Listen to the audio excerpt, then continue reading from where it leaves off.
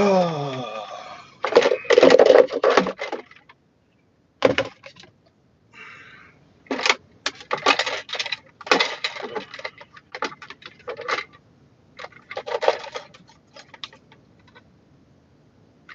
man.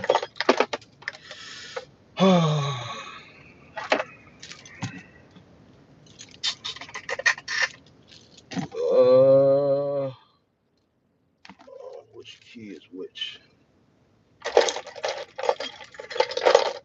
Itty bitty bang bang. Itty bitty bang bang.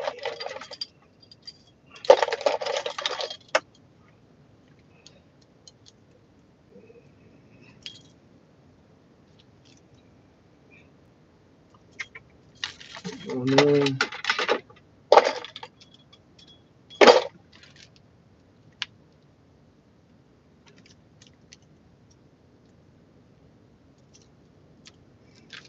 What up? What up? What up? Mm-hmm. Come in, come in. What's going on? Back at the yard, man. We not barricaded like they was talking about. Man, I feel like I'm missing something. Which key is which? What's going on? We finna make an attempt. I ain't got all day though, so if I can't get it charged in a short period of time, then I'm gonna have to make it another day. No topic. Just we at the yard. We finna see we can charge one of these trucks.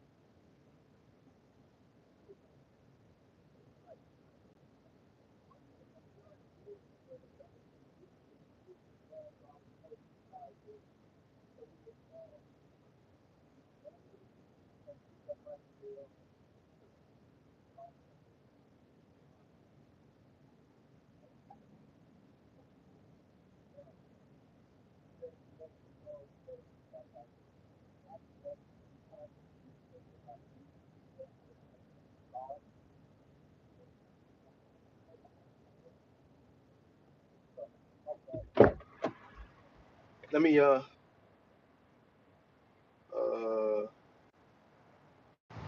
All right, can y'all hear me now? I'm sorry. I think y'all can hear me now. When I got out the truck, the Bluetooth clicked over to the truck. Let me know if y'all can hear me now. I'm sorry. When I got out um, the truck is still running. All right, back. So what I was saying is I was reading 5 Star Mark. Don't let the goofies drive you out of the house. If you are comfortable at home, then chill at the crib. You're right. It was some content that was made. Y'all already know the channel, and it was from like maybe 2 weeks ago, but it just made it across my radar. Somebody sent it to me, and I watched it, and I just think it was very, very ignorant. So this is just my way of kind of responding to it by like not trolling, but just shedding light on ignorant shit. Um, when people say ignorant things, it's just that's just what it is. It's very ignorant. I think um, when I talk about buying back your freedom, buying back your time, I mean that. I give everybody the tools so that they can buy their time back. So that 12 o'clock on a Monday, when most people are at work, you see where I'm at. All right. This is this is freedom. Buying back your time, working really, really hard to buy back your time. All right. And allow the fruits of your labor from many, many years of hard work allow you the time to do the things that you want. If I wasn't here right now, I would be at the crib, trust and believe. But since I had to come up here and pay the bill manually because the automated system was down. So I had to drive out here and pay it manually. I said, let me go ahead and start these trucks up, charge this truck up while I got the chance. This truck probably ain't gonna start. We charged this one up last week, but it's been sitting for a week, right? And it's been sitting for about 1.5 years, 2 years. So of course it's not gonna start. So we're gonna put the cables on this one, and then we're gonna jump start this one. Then we're gonna back my truck up, and then we're gonna try to charge truck one. So let me get the cables. How's everybody doing? Come on in, come on in, come on in, come on in. So, since I'm at the yard, and I never really made content. I always talked about how I sold my trucks during the pandemic, and I kept two. And remember, there was a bunch of back and forth with other content creators, and so we don't know if this guy really owns truck. He ain't never seen them. Regardless of all the information that I give, the amount of information that I give on trucking, you either had to do it or you had to be one hell of a fly on the wall. You know what I'm saying? I've never been big on proving things to people because they say shit, right? Because if that was the case, I would have made it my business 2 years ago when I was dealing with that to come up here and show this shit. I'm doing it now because I'm in the process of selling these trucks, so I'm spending more time with them as I get ready to offload them. There's no sense of holding on to them because I'm not getting back into this business. So,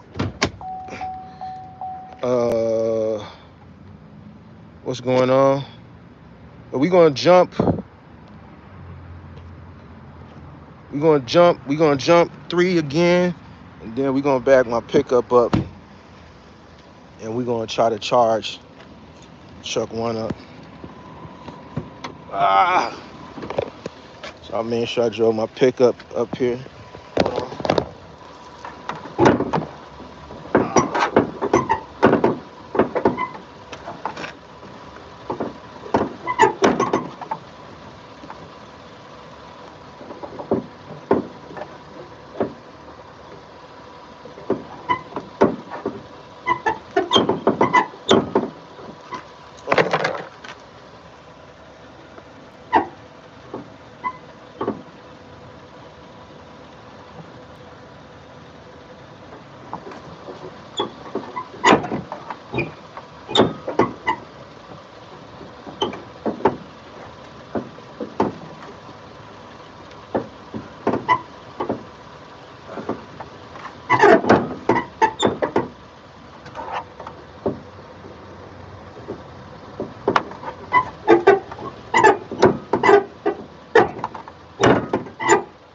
Hold on.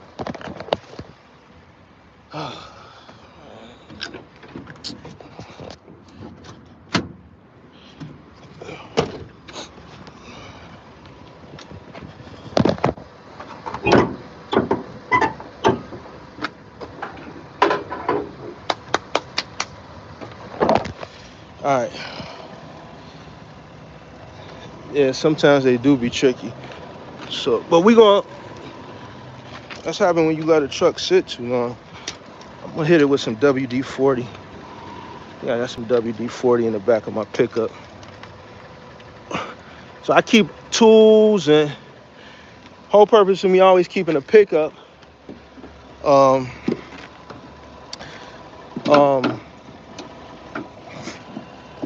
and so that you can keep things in handy. When I was at peak and I had my warehouse and shit, then obviously I used to keep a lot of shit in the warehouse. But as I scaled down and left the warehouse, then I started keeping everything in the back of the pickup. That way I could take care of things when needed. So hopefully this one truck shouldn't have to be charged, because we charged it up last week. So hopefully this should be a boom bam. Thank you, ma'am. And then I can bag my pickup and charge truck one. We got the cables on. You see the cobwebs, truck been sitting. So that's that. We good over here.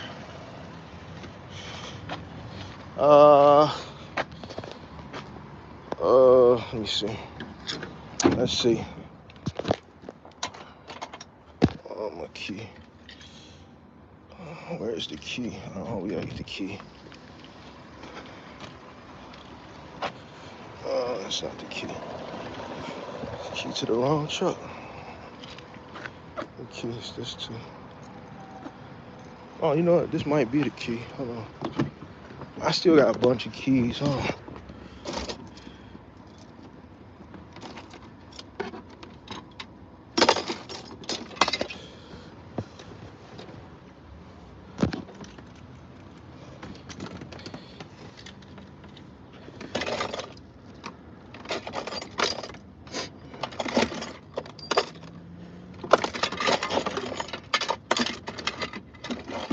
Man, where is the fucking key?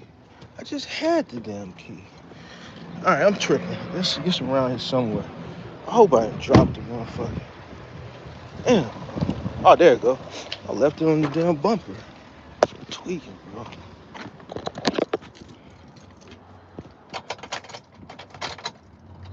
All right, hold on.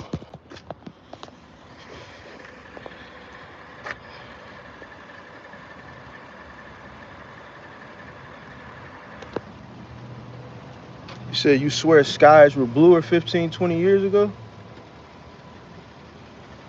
It looked pretty blue to me. Sky looked pretty blue to me. It's about 80-something degrees outside, though. I tell you that much. It's hot. You know, I don't like this type of hot 81. I'll be cool with a nice, brisk 72-degree day.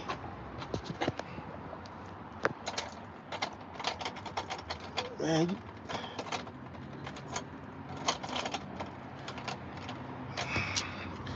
oh, man. All right, you probably gonna have to let it sit on there for a minute. Damn, bro.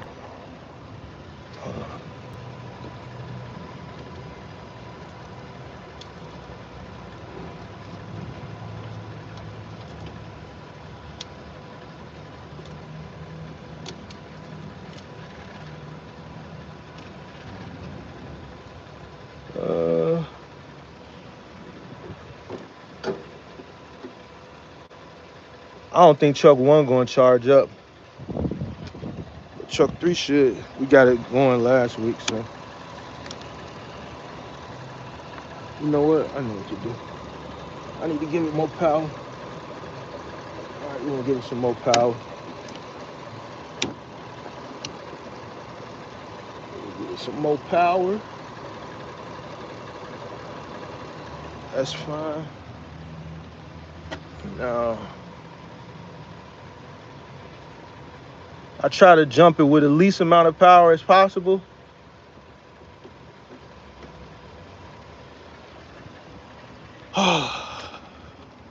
How's everybody doing today? Come on in, come on in. Yeah, we're gonna have to charge it up for a little bit.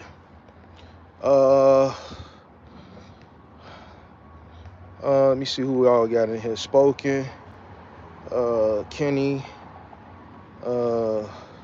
So Real TV, Ninth Ward, Weird But Not, Malik Jackson. Yeah, so we at the yard for everybody that came in. We had to come up here and take care of some business, so I said, let me go in here and charge the trucks up again. How's everybody doing today? Y'all can hear me, right? I want to make sure the Bluetooth didn't kick back over to the truck. Yep, we still good. We still good.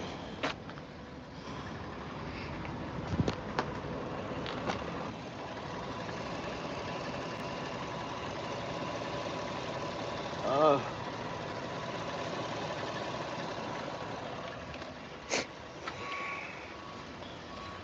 uh, After we get this one jumped, I might try to drive it around the lot.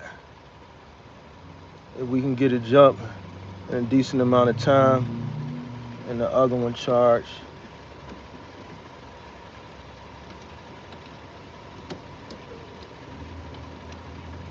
I don't think, hold on.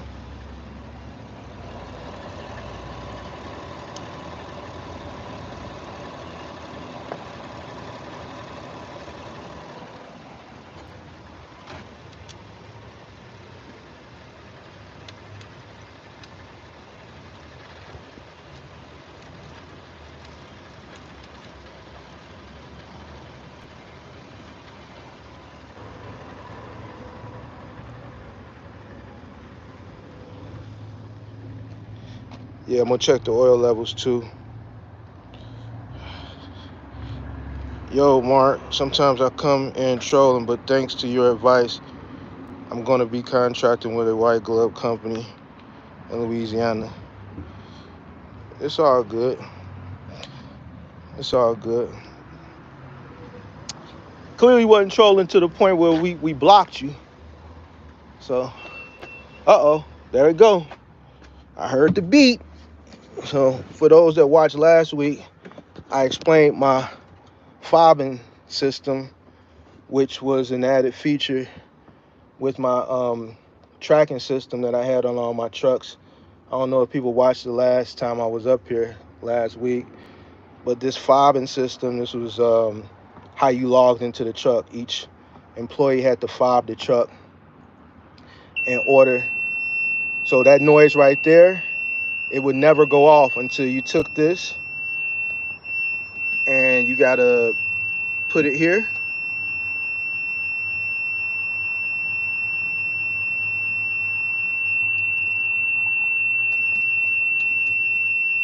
It normally cuts off quicker, but truck been sitting for a while, so it may take a few seconds for it to register. Hold on, there you go. So now, once you hear that beep, obviously it goes off, right?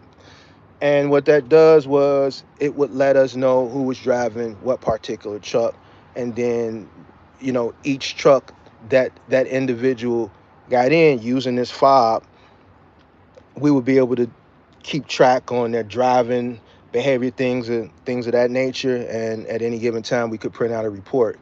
So when it came time for raises and things of that nature, reviews, I would go through the reports. I would see if a person had, a history of excessive hard braking, aggressive acceleration, things of that nature. And it also would monitor, you know, if a person was being too hard on the truck. If I noticed that, let's say this person, whoever this person is, John Doe, on this silver thing, you can't see it really, really small, our serial number. So we would put that serial number in that would let us know the fob, and then we would assign a person to that particular fob. And if I notice that this person is always driving truck 3, this is a truck assigned to him. And then let's say for some instance we switch him to truck 1 3 months later, and then 3 months after that, let's say he truck 2 becomes his truck. If we see a pattern of having to get breaks more often than we should and things of that nature, it would keep all those reports.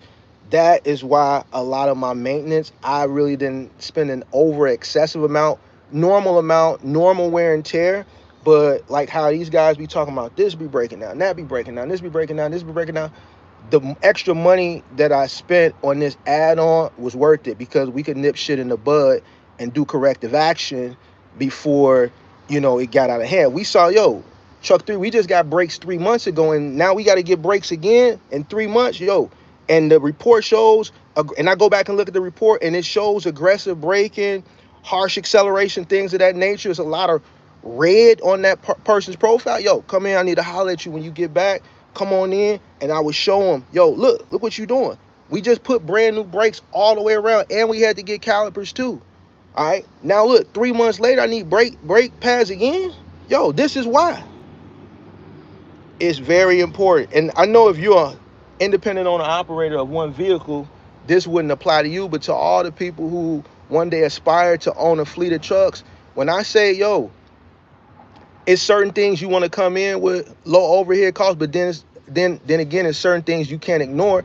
Spending the extra money on something like this as an add-on, right, saved a lot of money over the course of a period of time because we were able to nip things in the bud. So yeah, it's cool to know who's assigned to what truck and what time, but the reports that come along with using this fobbing system were great, and that's why I believe I saved a lot on maintenance uh, over the course of my career. And even with the two trucks that I held on to, this is truck three, over there is truck one, which obviously I numbered them in sequence of how I purchased them.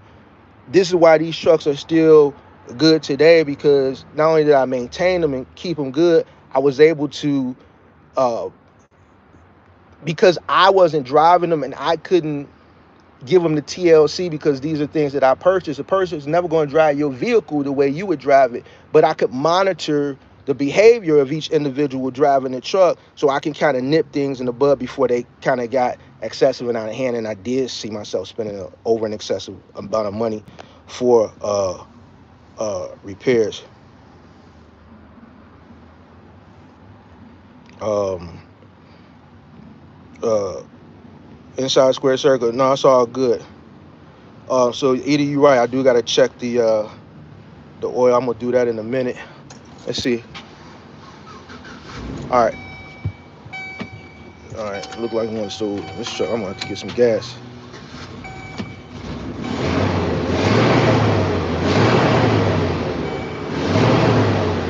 I'm about to bring a gas can up here. All right, so this one is started. I'm gonna let it run for just a little bit. It sound good, real good. Would you implement dash cams now? Absolutely. So if I was up and operational now, obviously this system, I guess it would be considered prehistoric now, which would also further validate how long ago I entered into this business. Um, so yeah, if I was running now, right, um, a dash cam, I would still implement the login system. So I don't know if they still use the fobbing system to log in as far as, monitoring who's driving what truck, and for the reports as far as the driving patterns and the driving behavior. But I would definitely would also spend the extra money to monitor what was going on inside the truck. There's plenty of stories that I still haven't told um, for my tenure in the business, about things that I heard, and about some of the things that went on some of these long distance moves, and things that I had a real quick. I could tell one quick story. I found out years later. I sent a guy to Arizona on a long distance move. The customer was on a really tight budget. They didn't want to pay. So basically, I would work with some customers. Like I'm a real businessman. I'm not the type of person that, if I give you a quote and you can't afford to pay it, I wouldn't go and try to find a cheaper alternative. I'm not trying to turn anything away. So if it's a way I can get you move cheaper, I'm not trying to leave no money on the table. So it was this one lady, she had money to move cross country, but she didn't have money to pay full freight. So what I did was, we charged her, it was still a lot of money, but we loaded her up, right, here in one of my trucks. I only sent one guy to make the drive cross country. And then what I did was I hired a labor service, a moving company, just for labor to help my driver unload the truck on that end. And instead of me sending one of my trucks, what I did was we rented it was either a Penske or a Budget, and we just left that truck there, and then I flew the guy back, right? It was cheaper. She told me what she could afford, and I had to find the best way to make that shit happen, instead of just turning away. I can't remember what I quoted her, but let's say I quoted her 10, and let's say she said, well, I only got 6,000. Whatever she quoted, I had to source the best way because you can't afford 10, but you telling me you got 6. I need the 6 too. I'm not going to turn the 6 away so she can go to Craigslist and find some weirdo guy on Craigslist that going to go rent a truck, or she going to rent the truck for me, U-Haul, and drive it across country and do it, and then drive back or leave it there and take the train back. I need that too. So that was the easiest way. I think I paid a couple $100 to the moving company out there, maybe 800. The flight obviously back one way was maybe 200 or 300, and all the other costs. So still, I think I came out, if I'm not mistaken, with 40-50% profit margin. But anyway, the thing about that story is that guy was supposed to drive to Arizona by himself. What he did was, he was a married guy, and he looked at that as an opportunity to take his side chick on the road and freak on her. And because obviously I put him in a hotel, he didn't just drive there and turn around. We still had to go through, the laws, right? So, hotels and shit like that. And he booked her a flight back. I found out years later that he had a non-employee on a company trip. And obviously at this point, he was no longer working for the company. But, shit like that happens. Um, so answering your question now, would I implement dash cams in today's times? Absolutely. Absolutely. Would there be things we would probably capture on those dash cams that I probably wouldn't want to see? Absolutely. And it could go from guys probably pissing in bottles to, you know, hollering out the window, flirting with chicks, to something minor as that, to pissing in bottles. And you'll probably catch somebody picking somebody up and letting them come in the company. Who knows? You know what I'm saying? But I definitely would, to monitor what was going on inside the truck, but then also more importantly to monitor what's going on outside of the truck as well, because those dash cams, if you get a really good one, it'll also monitor the speed and things of that nature. I know that was a long-winded answer, but yeah, I definitely would. BT said, "Where are you located?" I'm in Chicago. All right, so truck 3, strong. Obviously, it didn't take long to charge it up because we charged it up last week. I'm gonna be honest with you. I'm probably gonna hold on to this truck. I'm probably only gonna sell truck 1. So let me take the cables off. And you know what? Moving company hustle. That's what I had. So the company that I had, and you could do the research, it was called Fleetmatics. Fleetmatics was acquired by Verizon Reveal. So once they acquired them, it went over to Verizon Reveal. From what I remember, they acquired them maybe 2017, 2018. And then we were with Verizon. And they still send me emails, marketing emails, and every now and then for laughs and giggles, I'll click on them and I'll see what new technology they have to offer. But yeah, so Verizon Reveal is what I was with after they acquired Fleetmatics, which is the company I originally signed up for. Fleetmatics was the creme de la creme at that particular time for GPS tracking systems. I would consider Verizon Reveal the creme de la creme now. They are more on the expensive side, but their technology is great, obviously, for tracking. I never really experienced downtime. For those guys that are from Chicago, even I think the only time I really experienced downtime is back when, for those who are in Chicago, you know what I'm talking about, when my trucks were on Lower Wacker Drive and some of those underground loading docks. Sometimes we didn't get the signal and we couldn't really tell. It'll look like the truck was sitting in Lake Michigan. And obviously we knew the truck wasn't sitting in the middle of Lake Michigan. I knew based on where the move was or whatever particular job they were doing that they were downtown on Lower Wacker Drive. So we kind of put 2 and 2 together. But other than that, never really experienced any downtime. The network was pretty much 99.8% uptime. So from a Fleetmatics to Verizon Reveal customer, if you are an individual that's looking for the type of system that I'm talking about, I would definitely recommend them as I, was a happy customer. They are expensive. They are very expensive. You're gonna pay a monthly bill. So the way it worked was, it was $100 at that particular time to come out and install the equipment in each truck. They would charge you $100 per truck to install. You would pay a monthly fee for the equipment until it was paid off, and then you would pay a monthly subscription fee, right? Once the equipment was paid off, which took about 3 or 4 years, the equipment was yours to own. I still have all the tracking systems for all my trucks there, and storage in my mother's basement.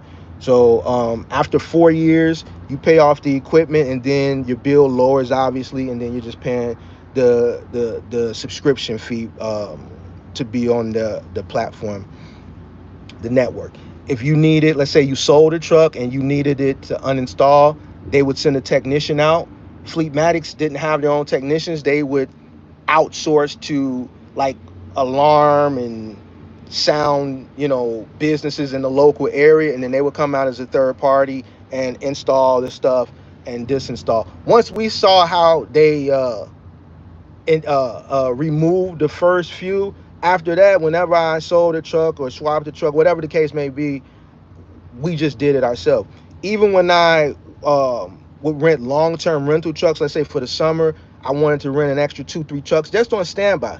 Every summer, I would go rent 2 or 3 extra trucks just to have on standby. I would pay, whatever the weekly fee was, because we were making the money, but I was also looking at the downtime that could possibly occur. Okay, me spending an extra $450 a week per 26 footer, and I'm getting an extra 1,500 free miles. I'll go ahead and spend that money just to be on the safe side. If we do get an overflow of abundance of moves, then fine, we'll run these trucks. But then if a truck breaks down, I don't want to be without a truck, especially when I got move scheduled. One, I don't want to lose out on that money. And two, I don't want to inconvenience a customer who has a move scheduled for April 1st and the truck just happened to not start for whatever reason. All right. So we had those trucks there. I would order more equipment and have them installed in those rental trucks as well. Short time, obviously, I would own the equipment. When those trucks got returned, then that equipment would just sit in the office, and I would still have to pay the fee on it. But I'm just telling you guys that so that you understand it was very imperative for me, one, to know where all the trucks were, two, monitor the behavior of the drivers and to monitor where the trucks were, and three, for claims. Well, Mark, what does claims have to do about it? There's been plenty times, let's for the final mile, we're off the moving now. We'll get a call, let's say, from this company, that company. Hey, we got a customer on the phone and said that they got a voicemail from the driver, and they said that they were there and they waited and they were leaving, and the customer's calling us and said no one ever came. They've been at home all day. So we need that driver to go back. That's not true. The driver was there. Well, we're going to charge you for that stop or whatever the case may be, because the customer is always right. And the customer said that they were there and the truck never there. They said they were sitting on the front porch looking out the window. That's a lie. The truck was there. Well, you can't prove it. Yes, I can. Hold on. Let me print up the report. That was that. Okay, that's truck 3. Hold on. What's your email, Jane? So-and-so at tforce.com or so-and-so at nonstopdelivery.com. All right, check your email. You got that report? All right, if you scroll down to 101 p.m., you see the address for the customer, 123 Main Street. You see the truck set at 123 or 124. It's popping up at 121 Main Street. So it's popping up right there. You see it set there. You see it idled right there. Not only did it idle for 15 minutes, which is what is required, it idled there for 30 minutes. Oh, wow. None of our other contractors have this type of... All right, so what we're going to do, we're going to forward this to the customer. This saved your ass. We're going to charge the customer for the stop. You're still going to get paid. The customer is going to always be right in the eyes of the third-party logistics company. But this tracking software, it saved, because there's plenty of time customers fall asleep, they lie, they make a run, then they come back, they get that voicemail, damn, I missed them, and then they lie. We're not going back. We sat there. I'm spending all this money on this software and this equipment. Here goes a CSV file. You want it in CSV or you want it in PDF? Let me know. Yeah, send it in PDF. No problem. Switch it over to PDF. Check your email. Damn. Scroll down to one-on-one. You see the truck sitting there? Actually, it's on page 4 because the moment the truck gets started, every single minute, it's clocking it. You can see manually where the truck is at, and then you can also look at a map, right? Those reports are pages and pages long because let's say a crew is out 14 hours that day. By the minute, you're getting up to date tracking. So it might be 20, 30 pages, So that's how this software can also save you money and prevent uh, claims as well. That's exactly why I have sales transcripts too. Every call is recorded exactly so people don't take advantage of the business. Exactly. And by sales transcript, I mean we record every conversation and use AI to transcribe it. You have to. See, all this is new technology that is current. See, we weren't doing that back then. This is what we're using. But yes, so when you're running a business, especially at scale, in some aspects of, let's say doing final mile, and you are a single owner operator, I would say it wouldn't hurt to, you may not need every single add-on that, these fleet, tracking companies offer, but you do want to get the add-ons that ultimately are going to make doing your job more efficient, and is going to save you money. And in situations like claims and customers lying, saying you weren't where you were supposed to be when you were there, you have a report that you can send to the third-party logistics company. Now that your word against them is always going to go in favor of them, but now you got a paper trail that's saying, no, you were there, you need to pay us. You need to charge them and you need to pay us. So yes, um uh uh uh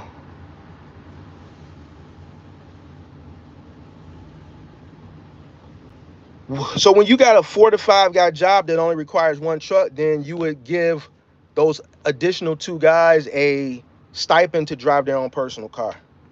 All right. Most 4 to 5 guy jobs I know in most cases will require 2 trucks. But if you got a job that say really only requires one truck, but let's say the customer wants 4 or 5 guys, then you would pay one of those guys, that fourth and fifth guy, a stipend for fuel to drive their own personal vehicle, fuel and mileage.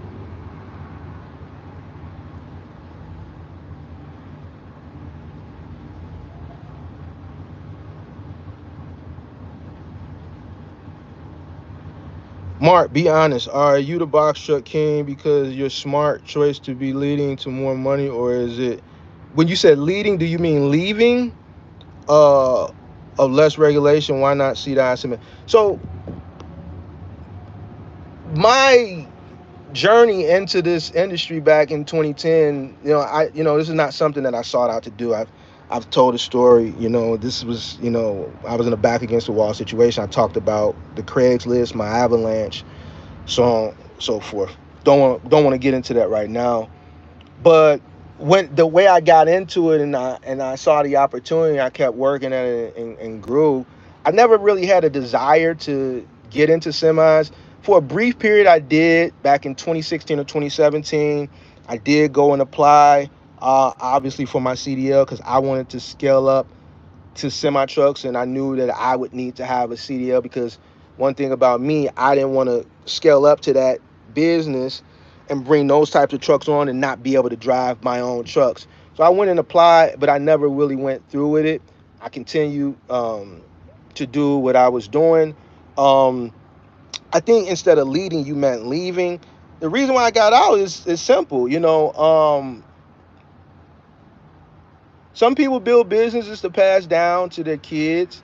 Some people build businesses to ultimately exit at the correct time.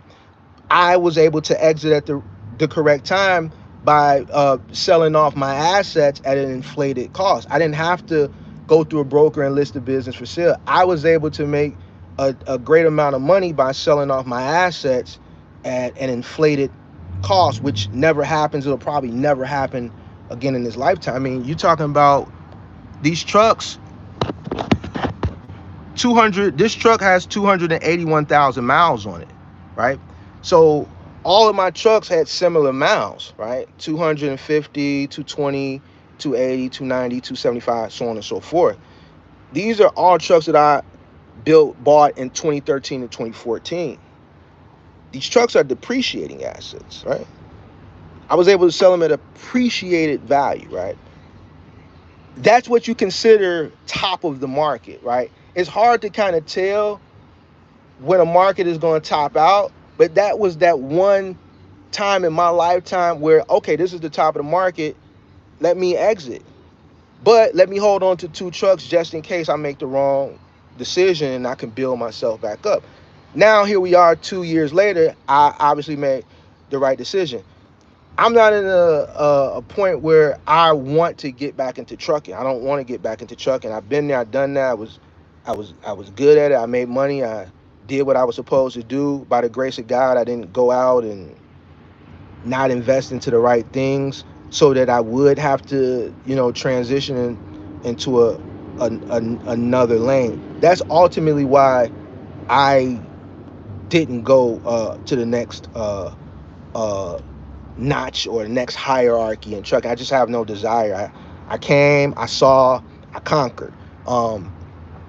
My way of still staying in trucking is doing what I'm doing now. Obviously, I still have some love for the industry, but I don't love it to the point where I want to get back into it active. I don't want the headache. It would be harder for me to do what I did then now. And I don't, obviously I don't have to do it, so I'm not going to do it. My way of staying in is by educating the new generation of people coming in, no matter what the age, young or old, with all the information that I've gathered over the many years of experience that I have. So this keeps me active, this keeps me in the know, and this gives me some sort of satisfaction that I do still have. It satisfies that thirst for me. So hopefully, I know some people, take the information at face value, they run with it, and some people don't. But I'm here for the people who do want to capitalize from my experience. Um,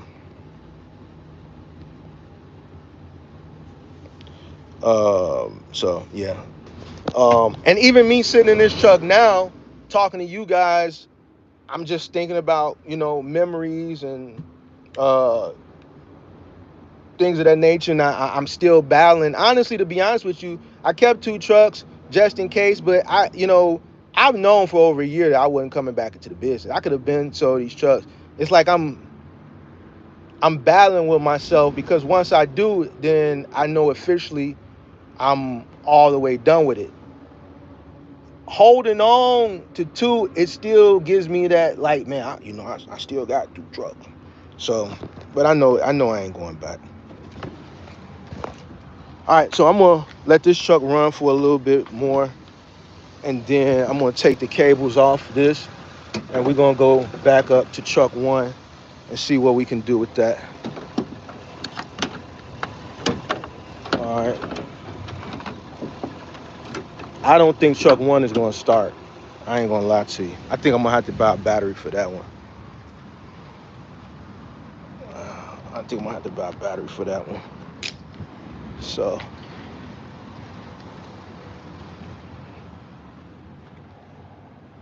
all right. This truck quiet too. It's real quiet. It's on. It's on. Um, it's on. It's real quiet.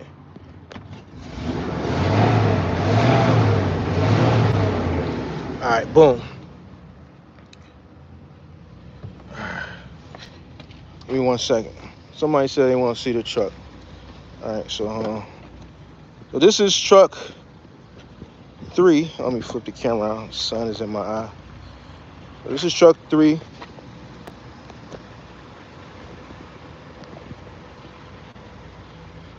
Hopefully y'all can see. I can't really see because of the glare. me see. So all my trucks came from budget auctions, all my 16 and 26 footers. They came from budget auction. So that's truck 3. And then over here, we got truck 1. Truck 1.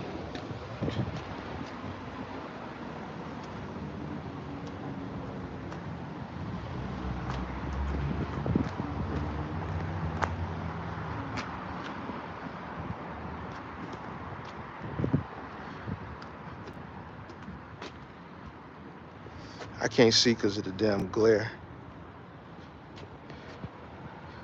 So that's truck 1. Let me see, I think I got the key to this one. Nope.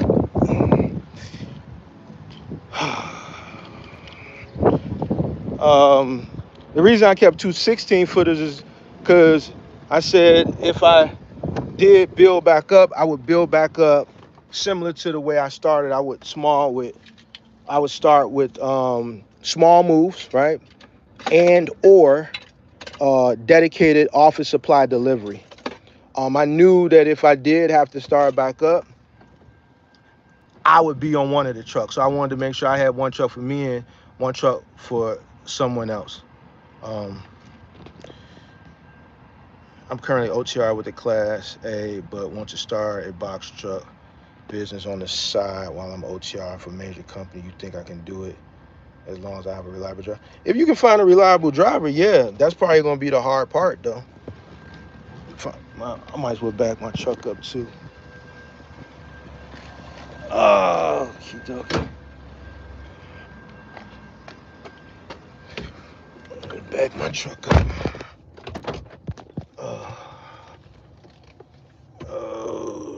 Oops, man, my tailgate is still down. God damn it. I can't see. I'm on camera. Hold on.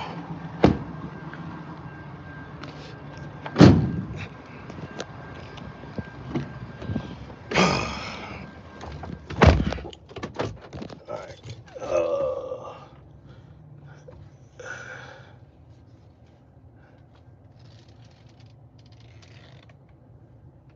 All right.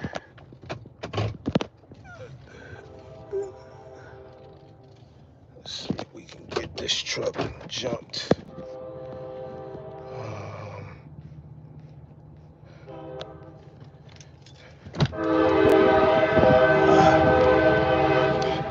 Now, it's Monday morning. You got Sprinter vans parked here. And this Sprinter van is always parked here. You got 26-foot box trucks parked here that are not rolling. So I don't know what's going on, man. Oh, let me see. Oh, y'all still hear me? You got a nice, yeah. This truck sitting, man. I don't know, man. People don't look like they working. People don't look like they working. We're gonna see if we can get this truck charged up too.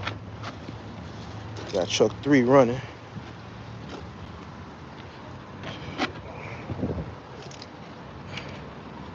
Let's see what we can do with truck 1. All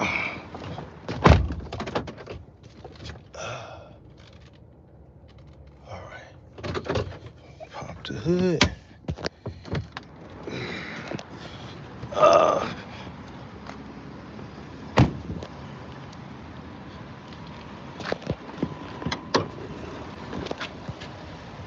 the key to truck 1.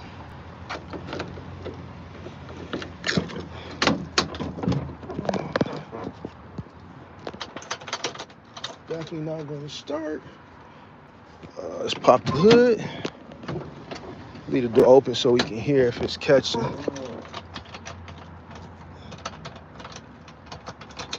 Let's turn it on.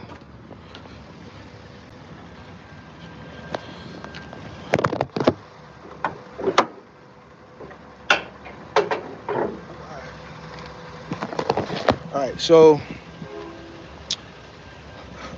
Make sure I check the fluids too before I leave. All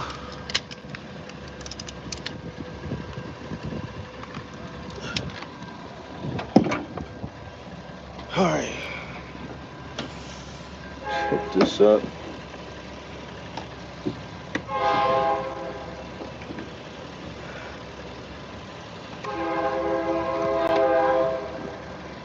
Let's hook this up. Hook that up.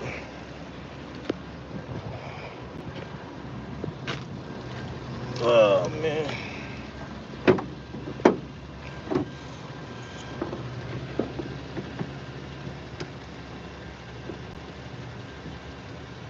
Hook that up. Uh-oh.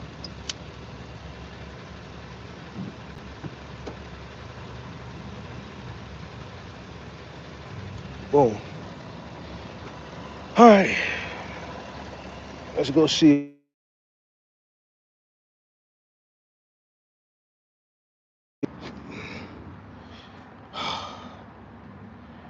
What happened? View deleted.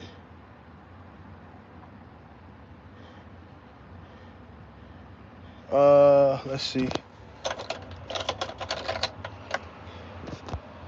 All right. So truck one, I'm pretty sure the battery is not going to start. And the reason why I say that is because in 2022, some point in 2022, I got down to one truck. So most of 2022, truck one wasn't running, and I just kind of neglected it because I was on truck one, and when I would get back to the yard, the last thing I was thinking about was starting that truck. So truck one has actually been sitting longer. So that battery just may be completely kaput. But we're gonna see. We're gonna let it sit on the charger for a little bit. When you had a large fleet, what was your criteria for finding, keeping good drivers? Paying them good, paying them good, paying them good, and keeping them working. All right, you pay a person good and you keep them working. Paying them good obviously is good because they're making good money. Keeping them working means they're making good money consistently. And that's the key. When you don't have work for people is when they're going to venture off and start looking for other opportunities. All right. So making sure that these guys are making good money consistently is the key. I always understood, and you hear me preach it on the channel when I talk to a lot of these people, and I hear what they paying their drivers and I ask them what they making. Like the lady who got the thing down in Mississippi. And I'm like, damn, they working for that low. I get it, they gonna continue to work for that low, but eventually they gonna want a raise. I don't want a person, or they're going to not even come to you and inquire about a raise. They just gonna be looking for other opportunities, right? And then one day say, you know what, I ain't coming. Today my last day. In this industry, man, you're not gonna get a 2-week notice. You're gonna get a today my last day, or you gonna come to work thinking so-and-so gonna show up, and you gonna be calling them, or it's gonna be, let's say that's the day they get paid, and then they're supposed to work the next day or that Monday. They don't show up, you call them, you not answering. After 2-3 days, one of the other workers like, man, I'm just gonna be honest with you, hey Mark, stop calling, he quit, man, he ain't coming back. Some people just ain't gonna be man enough to tell you they not coming back because they found a better opportunity. You want to keep them working enough to the point where they don't have time to go look for other opportunities. As long as you keep a person working and they're making good money consistently, they're gonna be happy. They're gonna be happy. I'm willing to take lower profit margins because I understand I'm making more money on consistency. If the world is free market enterprise, there's competition everywhere. So even when my guys are on the truck and they in a loading dock with another moving company, or they doing a delivery on the block with another company doing a delivery on the block, hey, who you work for? What y'all getting paid? Man, we getting paid this shit. I need to come over there with y'all. Whether that be my guys saying it to them or they guys saying it to my guys. Man, what's your boss name? My boss pay us. We get this much of it. What's his name? Mark. Here go his number right here. You got to keep all that shit in mind. They could be on a job doing a move or delivery. It could be a meter maid. I'm in a big city. Somebody could be walking down the street, City of Chicago Department of Finance, writing tickets, or the boot guy coming doing boots. Man, you know, I always wondered, man, how much y'all get paid to put them boots on, man? It's a risky job. You see they guys wearing bulletproof vests. Shit, we get paid $40, $50 an hour. For real? Yeah, don't nobody want this job, man, because, man, we be getting shot at. It might be the one guy who working for me who did 10, 15 years in a joint for an attempt. You think he care about that? $50 an hour, $50 an hour. How much you get paid to walk down the street and write tickets, man? Because, man, this moving shit, you know, I'm getting paid 20. Oh, shit, they paying us $27.50. Oh, shit, where I apply? Yeah, go to cityofchicago.org. So, you know, you could literally have guys, I've been on moving trucks as the owner. Prior to having a big fleet, after having a huge fleet, during having a fleet. With other moving companies, and people have tried to poach my guys away from me or me away from my guys. Aaron was packing a truck. It was either New City or the professionals. We were parked. We were just finished, pretty much done loading the truck, and Aaron was always my best packer. These guys were sitting next to our truck at a light, but behind the truck, right? They said, man, which one of y'all packed the truck? I said, he did. Hey, man, what's your name, man? You want to come work for our company? Man, I ain't never seen nobody pack a truck like that. Nah, man, I'm good. You know why? Because Mark was paying him an arm and a leg. I understood his value. I couldn't lose him.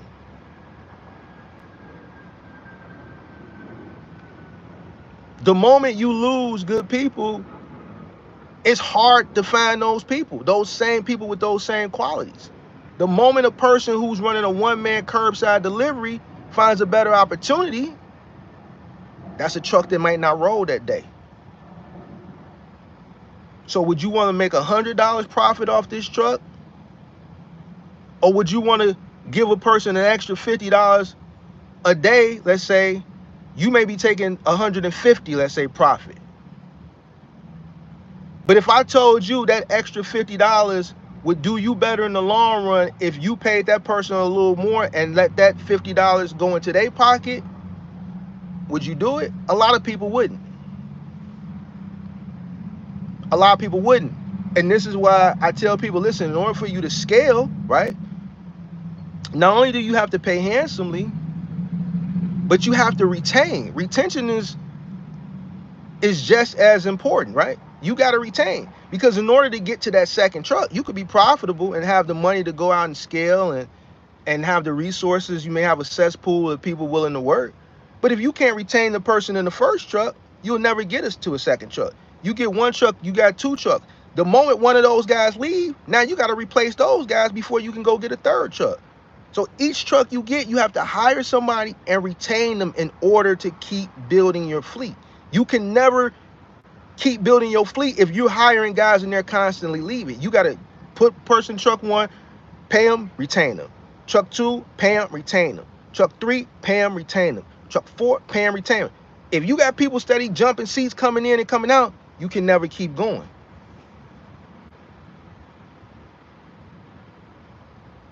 You can never keep going. That's why you pay people handsomely. You pay them good. You pay them what they worth. You making your money in the volume. Well, Mark, and here's where people get hung up. I talked about this recently. Well, man, after all the fixed and variable costs left, $300 is left. So I'm the business owner. I'm going to give them 100. I'm going to take 200 for profit. Well, $100 isn't sustainable for a person who's trying to make a living in today's climate. Why don't you pay them 200 and you keep 100? Well, they making more money than me. How? You got 10 trucks. If you're making $100 off of 10 trucks, you're making $1,000 a day.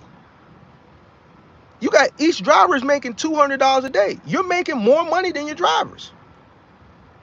Each individual driver just be making more money than the company is, but the company is making more overall. When you go to the casino, you got people winning at the casino. You got people losing at the casino. Just because you see that one guy that just won $50,000, you think the casino cares? No, because in the grand scheme of things, overall, the house is winning. Why? Because there's more people losing than winning. He just made 50 on the slot machine, 1,000. She just lost 2,000. He just lost 5,000 at the crap table. He just lost 10,000 at roulette. He just lost 150 at a slot machine. She just lost 300 in a slot machine. You got a guy in high limits. Zach Levine is in a high limits. He got a table for himself. He betting $5,000 a hand. He down 100 grand. Michael Jordan is in town. He wanted to go visit his old stomping ground casino out them, and he's in a room. They got him in a room closed off by himself. Him and Richard Dent, they betting $25,000 a hand. They said Mike down $500,000. So who cares about that person who won 50,000? We making more money on the grand scheme of things. Same thing. My Office Depot contract, those guys took 33%. The company took 33%. 33% went to cost of operating those 9 vehicles. The company made $900 profit out of $2,700 gross off of that one account every day, times 5 days a week. You think I cared that the driver was getting 33% and the company was getting 33%? No. That math was done perfectly to keep the drivers happy, cover the cost of operating the truck, and for the company to make money totally, right? In volume. That's how you do it. This is how you keep people coming to work, and this is how you make money with running a fleet of trucks. You look at it from a volume perspective.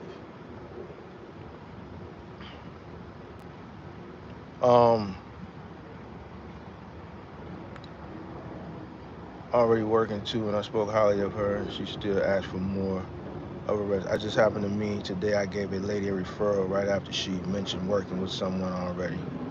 I knew the girl, she was already working with her too, and spoke highly of her, and she still asked for my other reference number.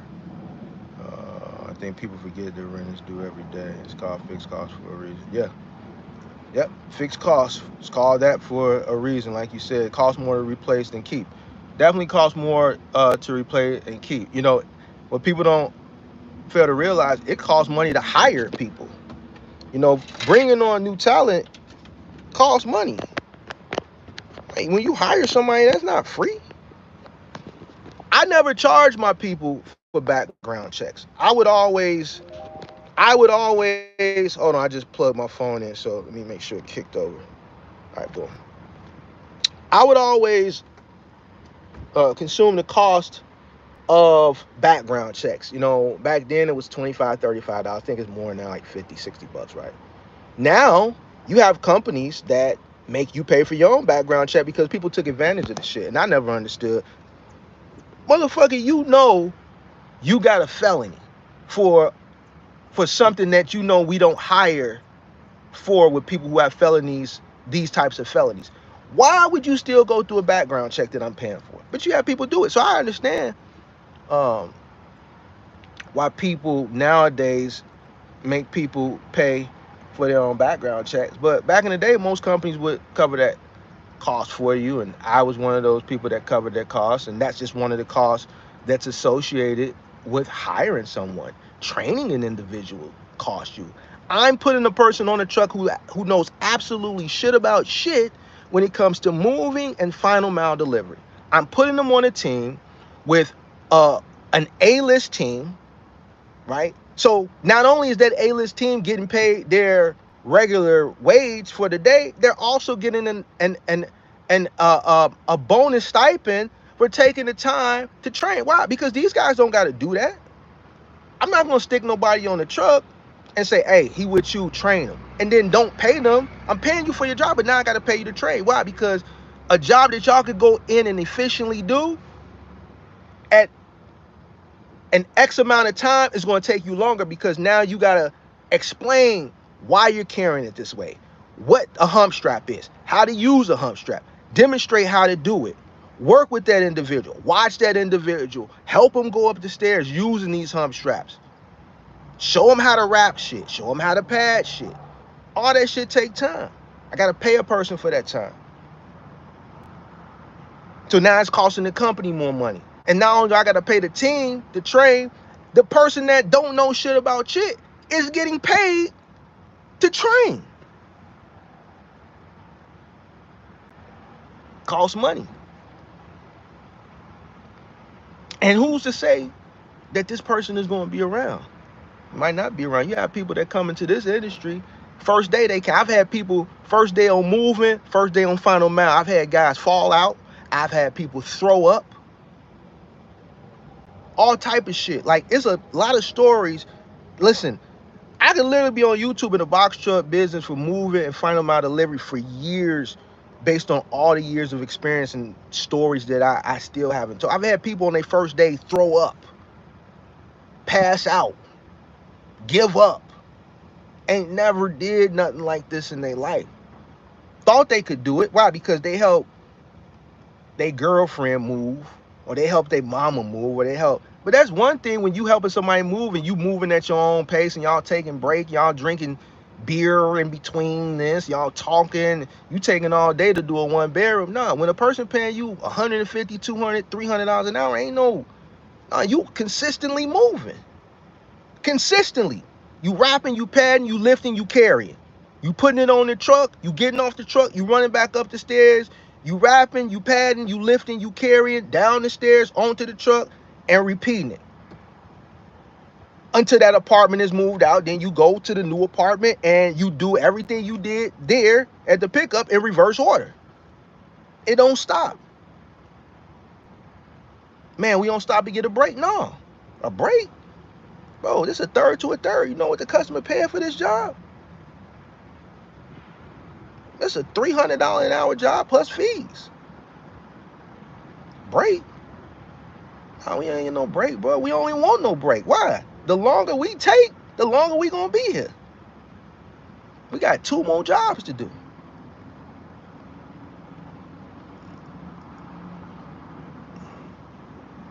I'm back and you still haven't told me what the dog doing. What dog is this dude? Hey, where my snipers at? I'm gonna show you what the dog doing. One of these snipers gonna get you in about 0.6 seconds. I don't know what you talking about, a dog. Whoop. There go one on the roof. There go one on the roof. Up. Too late. There go one on the roof. That one came off the roof. I'm telling you. I don't want to hear shit about shit. I don't give a fuck about no meme. None of that shit. If that shit ain't got shit to do with this box trucking, then I don't care. I don't care about Drake, Future. I don't care about when it comes to when I'm cooking. I don't care about Denver and Minnesota. I don't care about Anthony Edwards. When I'm cooking, it's people in here that's listening to me cook because they consuming this information to get to the bag. Anything else is a disruption. And we don't give second chances in vertical format. The snipers is on the roof. Fair warning. I don't want to, snipers is on the roof. All right?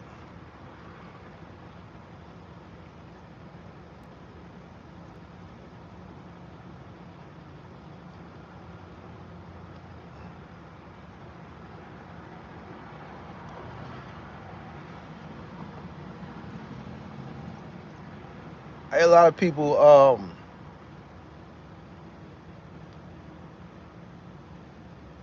we talk about, listen, man, the money is there, man. Yesterday a few people came in and said, man, a few different people that have listened to different methods or finally got a chance to try some of my different methods, and those who was on the live stream, y'all saw, man, I tried this, Mark, it worked. You were right. I think it was like 3 or 4 people that came and gave me credit for different methods that of mine that they tried. Man, you worked, and were just jubilee and just wanted to come in and show their appreciation. Yo, Everybody's saying it ain't no money out here, but I'm giving you methods to make money out here, and people are proving it. It's money out here. All you gotta do is do the work. Know the methods. Get in tune with a person that know the methods. Just because you got a box truck and you doing final mile, or just because you got a box truck and you doing moving, and just because you got a box truck and you doing OTR, just because you got a box truck and you doing Amazon, don't mean you know what you doing. See, that's the thing. You got a lot of people that got the equipment and they're doing these things, but they're complaining is because they're doing it, but they don't know what they're doing. You got to get in tune with somebody that knows what they're doing so they can direct you on how to do it.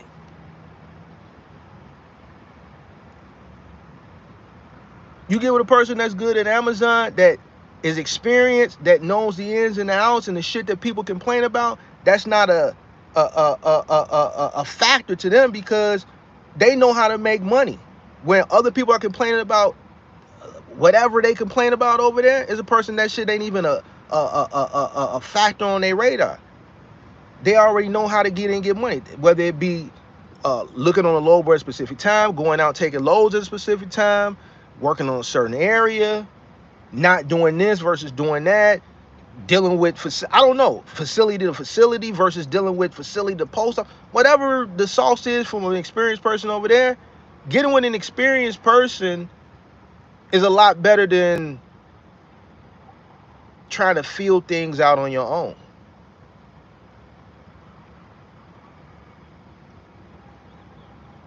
There's money out here. Hey, I need a sniper for Caroline. Somebody, I think Caroline is a bot. Let's go ahead and get Caroline up out of here.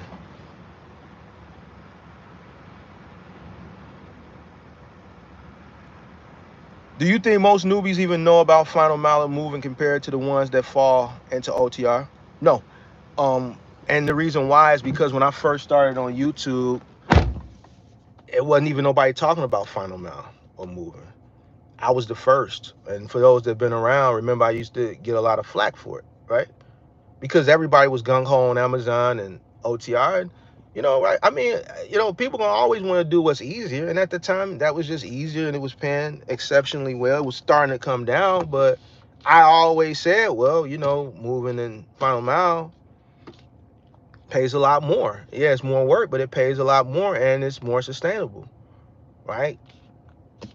And people see it now, but yeah, I don't think a lot of people know because they don't desire to know necessarily what's harder, and or OTR and Amazon is more popular, right? You see more people talking about it, right? Things of that nature. Final mile is not popular, moving is not popular, obviously for the reasons that I talk about.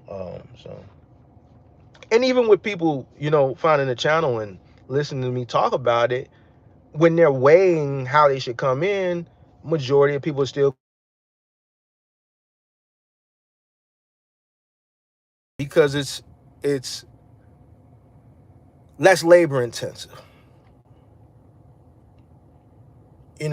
but they don't understand the level of difficulty that comes along with that, as far as cost per mile, loads, competition.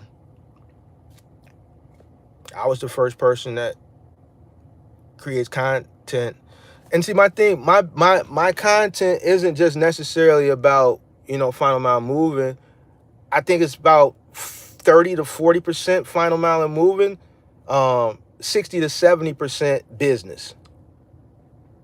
All right. I kind of help educate people on how to effectively, officially start, run, operate a business. And if you take a lot of the things that I talk about, I think you can get into any lane and be successful. Do you know if the Nissan MV2500 cargo van is reliable? Nope, they're not reliable. I would never buy one of those things. That's why you never hear me mention it. I always mention Ram Pro Master, Ford Transit, Mercedes Sprinter. I don't recommend the Chevrolet Express. Why? Because it doesn't come with a high roof. And I don't recommend the Nissan NV2500 because it's just not, it's garbage. I know two people that bought one, and they just had problems with it. They just had problems with it.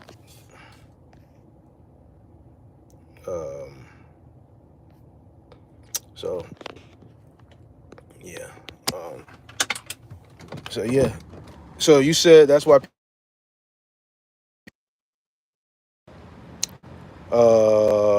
What's the lowest rate you would take per mile? How does that play out with the box trucks? So if I was a owner operator that was running OTR, let me see if this truck battery is charged up. Oh, I still got this other truck running. I'm tripping. I might as well let it run. Hold on one second. It's still running? Yeah, it's running. All right, let's go over here to this truck. Hopefully this one's been charging. Give me 1 second, I'm gonna answer your question. Man, this ain't getting nothing. Hold on. All right, we're gonna have to give it more power.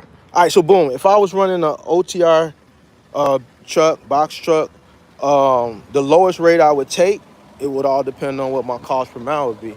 I think you're looking at it the wrong way. The way I would come in is I would come in with as low as an operating cost as possible, with the understanding that I'm entering into a very highly competitive industry. That's based around a market, right? Market meaning I'm in competition for loads with other people. A load pops up on the board. There's other people that are calling and inquiring and bidding, right? And the broker is trying to make money off that load as well also, right? So it's not necessarily what's the lowest rate it would take, what would be profitable for me, right? What's the lowest rate you would be willing to accept is not going to be the same rate the next person, right? Your operation cost may be $1 a mile, let's say. Let's say the lowest that you're willing to run for profit is 50 cents a mile, which would mean you would need to take something for $1.50 a mile, right? That's the lowest you're willing to go. But there's a guy whose cost per mile may be $1.50. If they ran a load for, let's say, $1.50 a mile, they would be breaking even, right? So because your operation cost is lower than theirs, what they would deem load to them, cheap freight to them, is profit for you.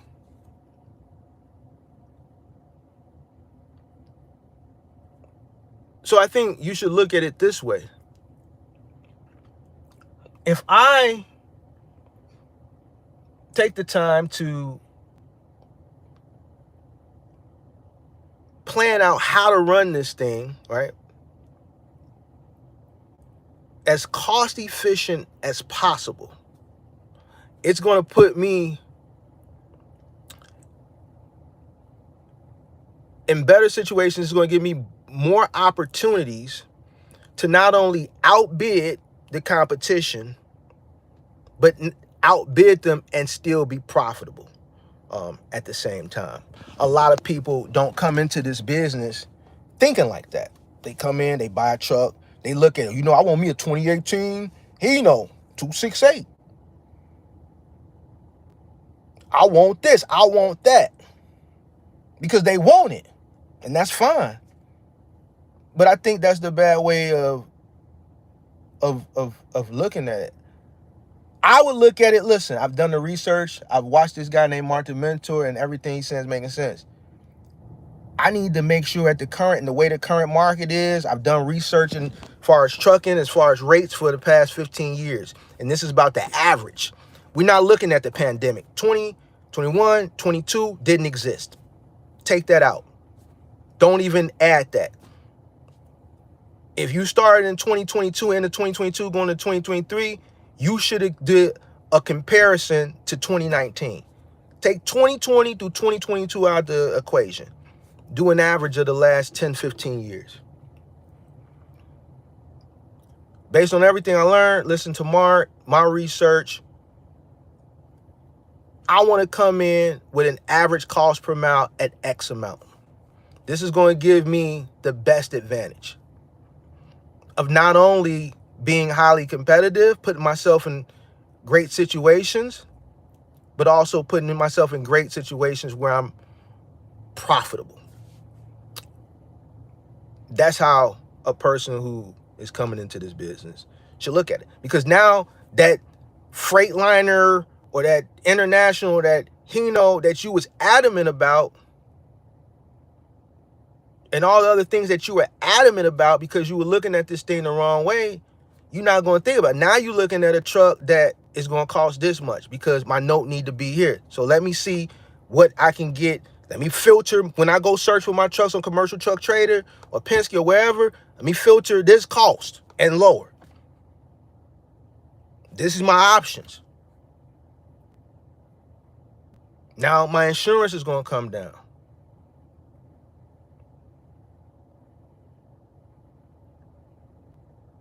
I'm trying to come into this business. I'm building my business plan on a cost structure. Not, I want this, I want that, I want to do this, I want that, I want this, I want that. Nah. Yo, you know what? I need to get an E-Track system or whatever. Well, Harbor Freight want this much. New Haven want this much. CDS want this much. Most average person, Google the shit, they go to Uline. Uline is the most expensive. So now you done spend excess amount of money outfitting your truck. Why? Because you know you got to get this, but you ain't took the time because you don't have the right type of business plan in play where you working on a specific budget to force you to go look for cheaper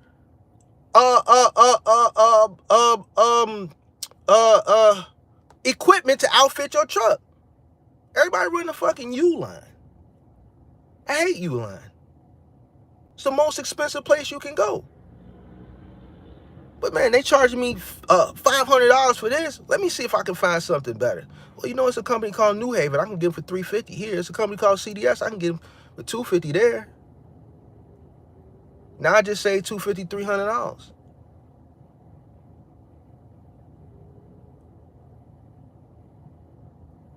Cutting cost.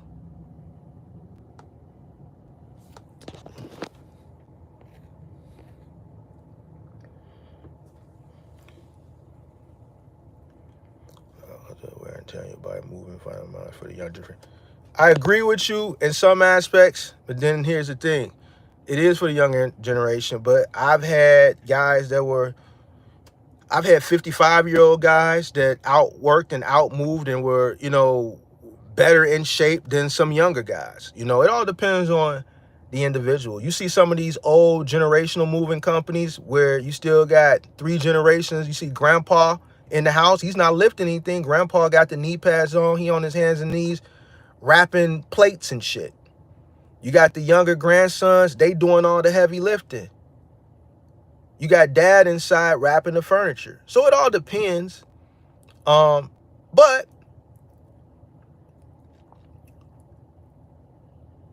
on the flip side of it, if you do come into those businesses at a young age and you take advantage of your youth, right? Your youthful knees, your youthful hips, you know what I'm saying? Your youth in general. You delay your gratification. You have a plan. You understand that, yo, I'm going to give myself 10 years of this labor-intensive work.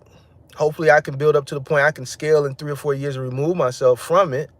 and maybe go another extra 4 or 5 years. But if I'm forced to be on this truck for 10 years, for the duration of my tenure in this industry, I need to be out 10 years. So that means I need to set a plan so that when that 10th year comes up, I've created enough uh, uh, passive income, other streams of revenue, whether it's real estate, whether it's this, whether it's that, whatever it is, and I can exit and be comfortable, right? So because it does pay a lot more, it gives you an opportunity to exit, I think, in a better situation. You just have to have a plan. But yeah, I agree in some aspects, and then some I don't, because I've seen guys. Most of the guys that was working for me throughout my tenure were older than me. I mean, KT was 50, 55. Phil was 50 something years old. I've had older guys. I've had guys that when I was 32, 33, they were in their 40s. You know what I'm saying? So now, granted, these guys were, muscular, guys that were in the penitentiary, but is boxer still a good, profitable business to get into these days? Absolutely. Man, I see the moderator's been working. SD Walt been deleting people left and right. Pippi been deleting people. What's the first step to starting a boxer business? You have any info on that? Yep. Plenty of info on the channel.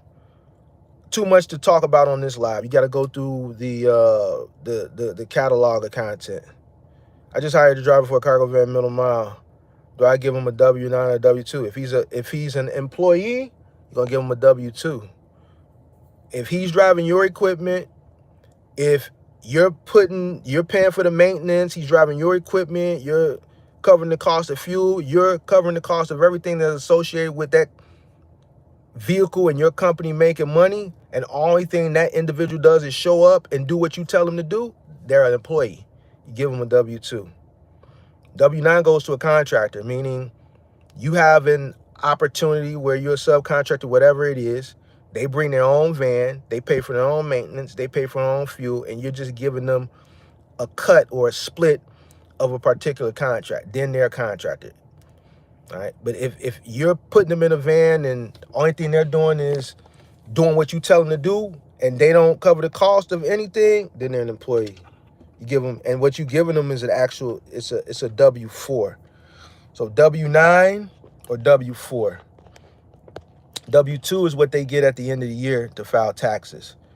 W-4 is what you give them to fill out.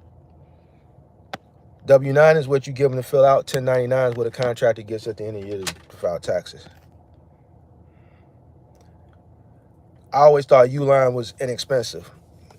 You would think it's inexpensive until you know there's other shit out there that is inexpensive. Uline is actually the most expensive, to be honest with you. Look at 80 gauge shrink wrap on Uline in comparison to your moving supply warehouses, CDS, New Haven. Even those companies sell on Amazon. You can get a case of shrink wrap 80 gauge on Amazon and at CDS in New Haven for about $70 a case. On Uline shit is $120. Uline is just the most popular, and they spend a lot of money on SEO. So pretty much most shit you type in, Uline is gonna come up first, and on top of that, they spend a lot of money in marketing. I know y'all get them big thick ass books every quarter, because I get them. They send you them big catalogs. That's probably one of the only companies that still sends out a catalog. They spend a shit ton of money on catalog, which means they obviously, those catalogs are, the return on the investment in those catalogs must be good, that in 2024, they still sending out heavy ass, thick ass catalogs.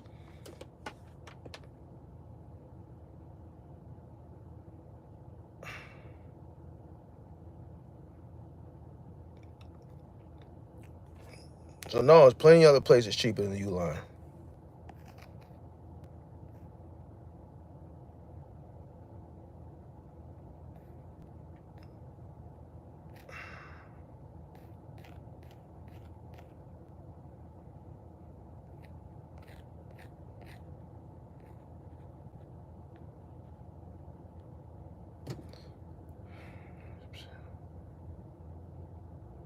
Jerry said, I'm in Virginia trying to get a final amount contract. Just received my business license a few days ago. $1 million coverage, workers' compensation, liability coverage as well.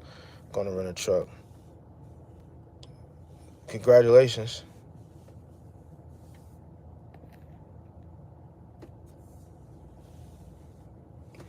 What do I think is the best payroll service to use? I think my answer is going to be pertaining to I did it all the years when I was in the industry, and that's what accounting firm. So I never used ADP or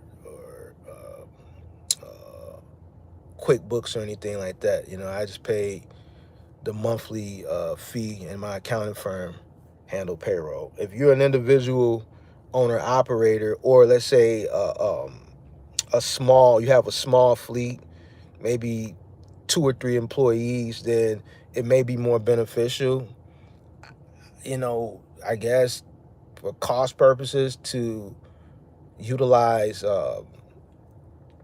some software like ADP or QuickBooks, right? But even still, I think it'll probably be better to hire an accounting firm, right? A CPA. The reason why is because throughout the year, they're keeping account, they're keeping your books. When taxes come around, they already got everything. So your taxes is done. They're keeping a record. It just that added, just hiring a professional accounting firm to just manage your books throughout the year, I think it's more convenient. So whatever that cost is, I would recommend just going that route versus trying to do it uh, uh, yourself. Whatever the additional cost is, I would just do it. I mean, and it's a write-off. You write it off, so.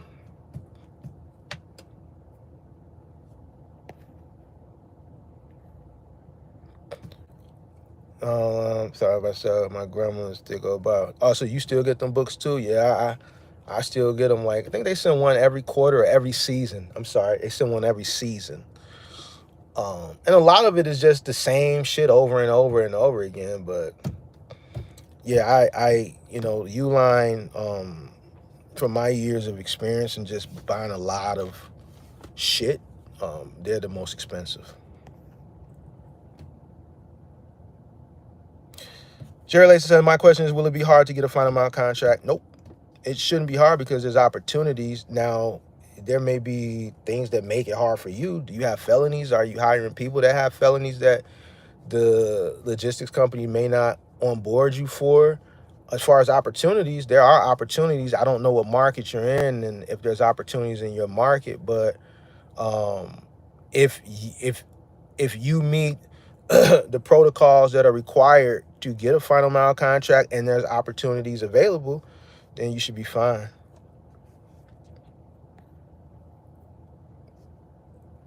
I was in Florida and told that starting a box truck company is real bad because the offers out of Florida is the worst. True and false. Yes, outbound freight and rates out of Florida are not, something left to be desired. Correct. But if you do plan on getting a box truck and running OTR, you're running over the road. Once you get out of Florida, or you got to drive out of Florida, say to South Carolina or Georgia to get outbound freight, your truck is your office. Your office goes wherever you want it to go. You just need to find loads that are going to put you in an area, primarily the Midwest, where freight is more plentiful and rates are better, right? So once you get out of Florida, you pretty much just got to go where the money is at. And another probably, messed up thing about Florida, a person that's coming out of Florida is probably going to see less home time because every time you go back to Florida, you got to go through the process of coming out of Florida again to get something that puts you halfway across the country where rates are better. I'm in Chicago, all right? So I'm in a freight capital. If I wanted to come into trucking, I could really stay here locally and probably come out better than a lot of OTR truckers because the freight is plentiful and the rates are higher. Even if I wanted to go OTR, I could stay in the region or I could go to Texas back and forth in a straight line and come out better, but I can see more home time because I could be going south and coming right back up into the market where a lot of freight is coming out of, and maybe spend a day here before I get back on the road, or spend 2 days here, spend time in the area because I'm doing something where I can do some partials within a certain radius and still make it back home, because there's just that much more opportunity here because of the market and the region of the country that I live in, right? If I wanted to do that, it would be a blessing for me based on my geographical location. But if I were coming out of Florida, I would see less home time, because every time I would go home, it's going to cost me. So I would need to spend out more time, because every time I go back to Florida, it's going to cost me. It's going to cost me money, it's going to cost me time, or it's going to cost me a combination of both when it's time to hit the road again. Because me, I can just go on a load board right now and I can find a load or multiple loads probably within a 10, 15 mile radius from where I'm at right now. Any part of the city is going to be opportunity within a 10, 15 mile radius. We can go 20, 25. I may be exaggerating a little bit, but not really. You coming out of Florida, you may have to go up to South Carolina. You may have to go to Georgia.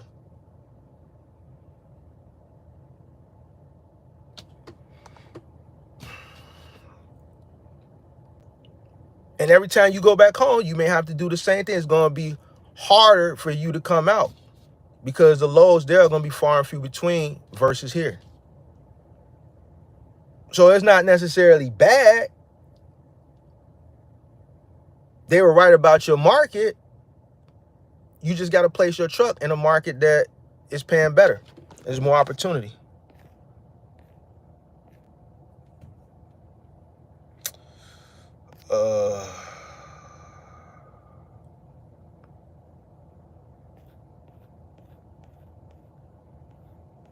What are your top two to three pitfalls when you start in a business? How would you have done things differently knowing what you know now? I would have did everything the same as far as starting, right? I would have, bootstrapped, grassroots. I don't know, you probably just came in, but I told earlier why I kept two 16-footers instead of 26-footers. Because I was going, if I decided to ever get back in after the pandemic and I had to get back in, I was going to start not all the way from square one, obviously, from when I started originally, but I would start with smaller moves and or dedicated office supply work, and then work my way back up there from there. So I would still do grassroots, bootstraps, humble beginnings, start out small, and work my way up.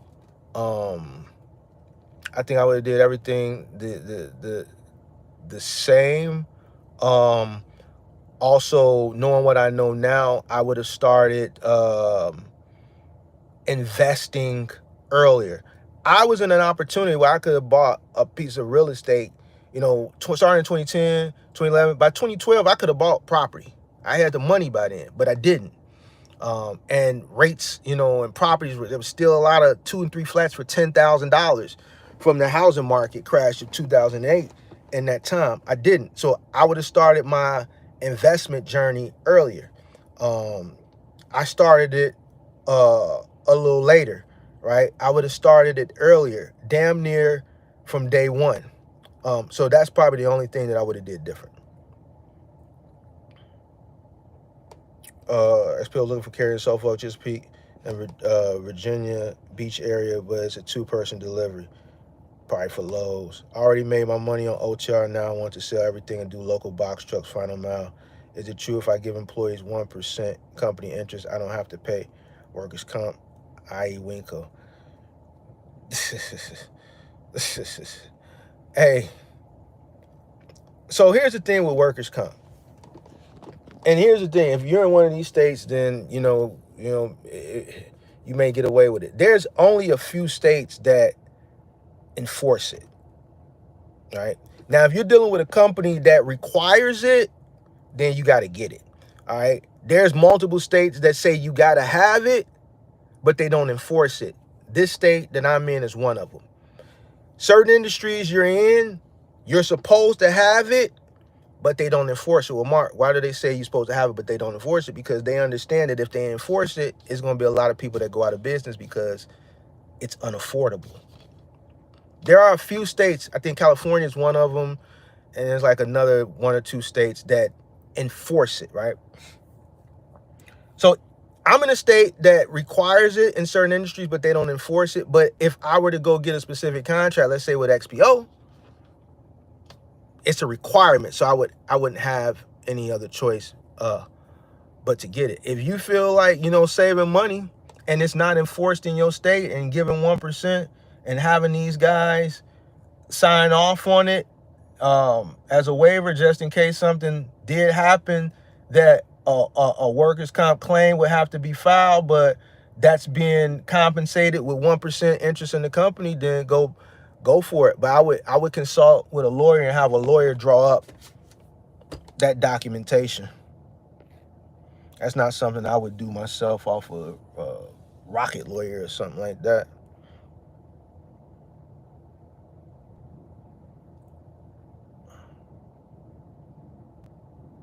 So what would it cost to start a box shop business? That all depends. I'm going to honestly say in today's time, on the very low end, I would say very low. And when I say low, this is extremely low, maybe 15 grand. But honestly, I would say honestly, on average right now, you should be able to start from 20 to 30. My nephew wants to start a box shop business. He also watches your content. I am willing to buy him a used boxy. He asked me, is it better to get an older boxy and stay out of Cali since he wants to? Man, with AB5 and Gavin Newsom and just all this shit that he's putting people through out there, especially truckers, if you're operating out of Cali, I commend you. I would probably try to stay out of Cali.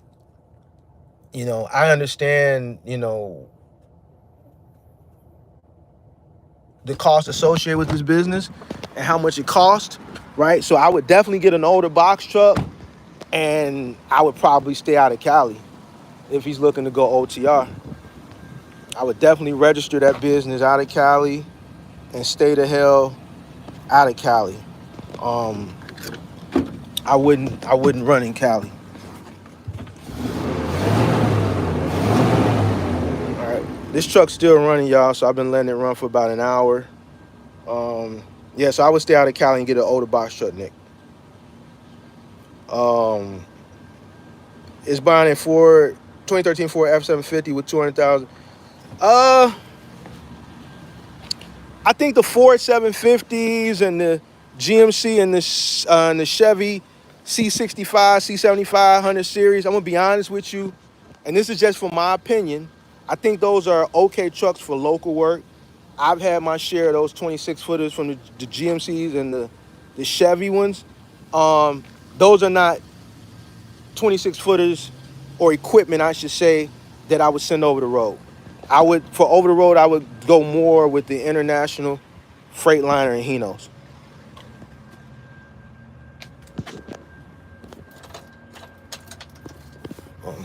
All right, so truck one, I've been charging it, man. I ain't getting nothing, man. I just think the battery is just dead to the point of no return.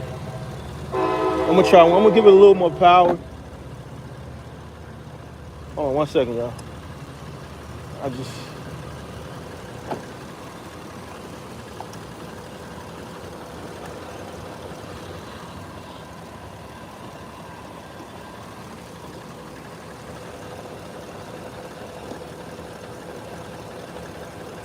I'm gonna give it a little more power, and we're gonna try again. I'm not even getting no spark there. There goes some sparks, so it might do be charging it. But I think this one's gonna need a battery. I'm gonna buy a battery and just. All right, but it wasn't even sparking before. Okay. All right. So I gave it a little more power. I'm gonna let it sit for a few more minutes, and then I'm gonna get out of here. Truck 3 is good. Oh, you know what? I gave it more power. We got lights now. But we got lights, so the battery is I try not to give it too much power. All right, so hold on. Let me give it a little bit more power.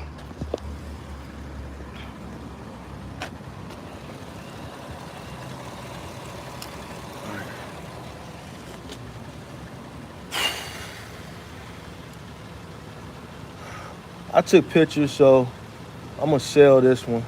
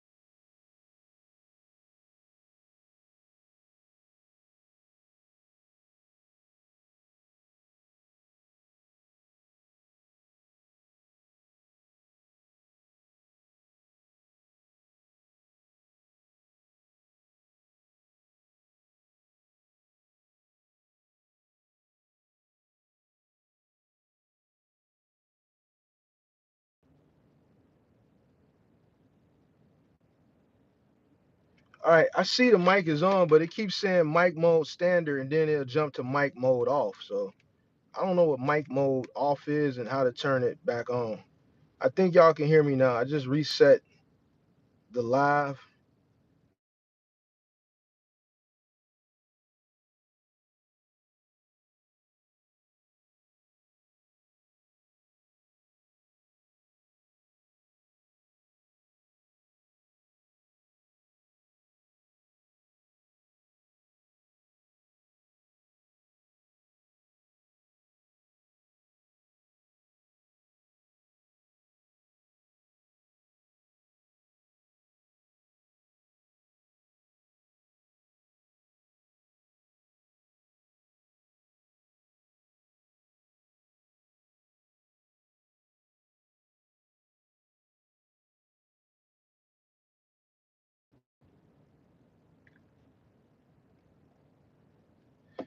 All right, can't hear you now. I don't know what's going on. It's the mic mode. What is mic mode? I ain't never seen this shit. Mic mode standard.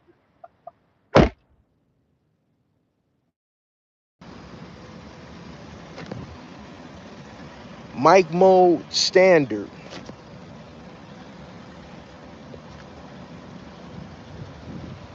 Mic mode. Yeah, I don't know.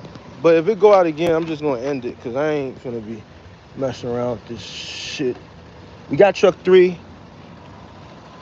going. I'm gonna go on the back of truck 3 too before I leave. I'm gonna go on the back of truck 3 before I leave because some people probably didn't see the stream from last week on what you need as far as equipment to run your shit when you starting.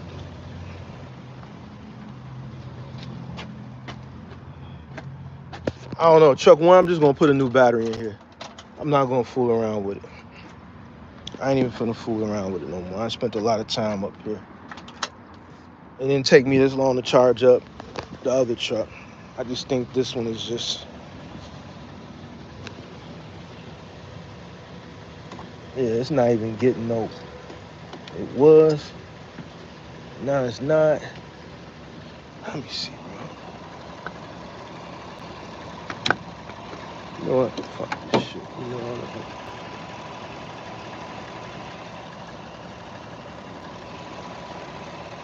I know what I'm finna do, big dog. Uh-oh. There you go. I hear it now. Ding, ding, ding, ding, ding, ding, ding.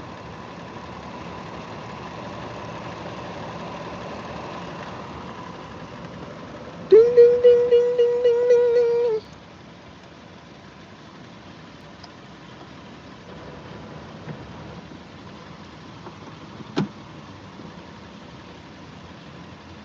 Ding, ding, ding, ding, ding, ding, ding, ding, ding.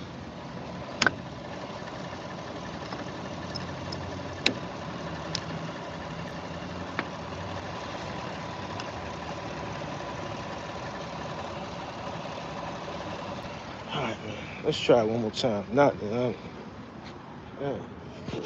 this trip. The light came on, man. I don't. Oh, there you go. There you go. All right, let's try it. It's truck 1. All right, what we got on the miles for truck? Wow, this truck only got 218. Damn. So the first truck that I got, I think I bought it with maybe 100 and. Okay, so this truck 1. Obviously, I remember every detail because it was the first truck I ever bought. I paid $7,900 for it. There we go. There go the fob.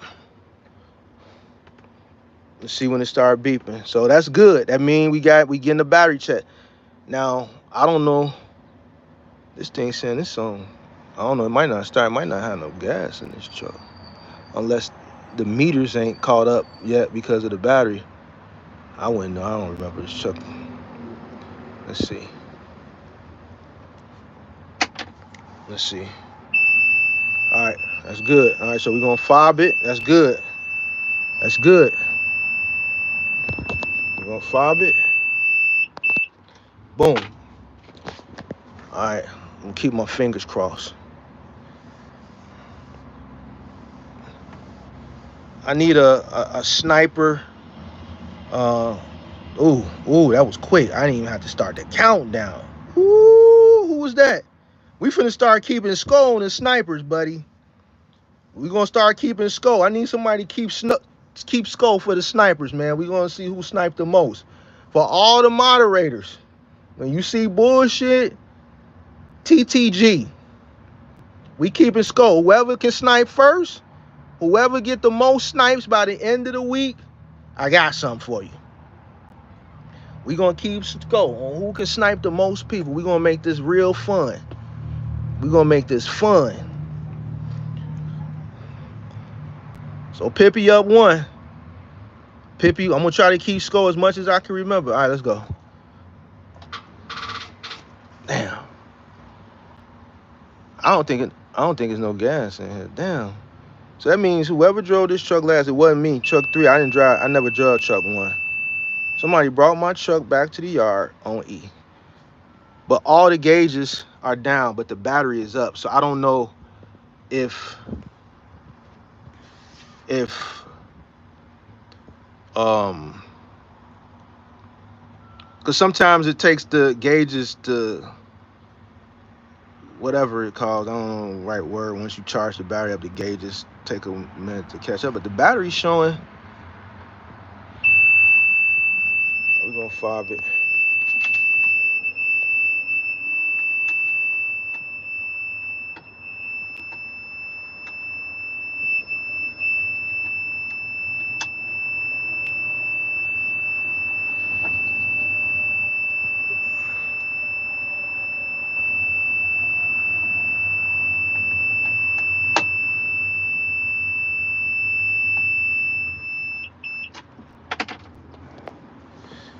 All right.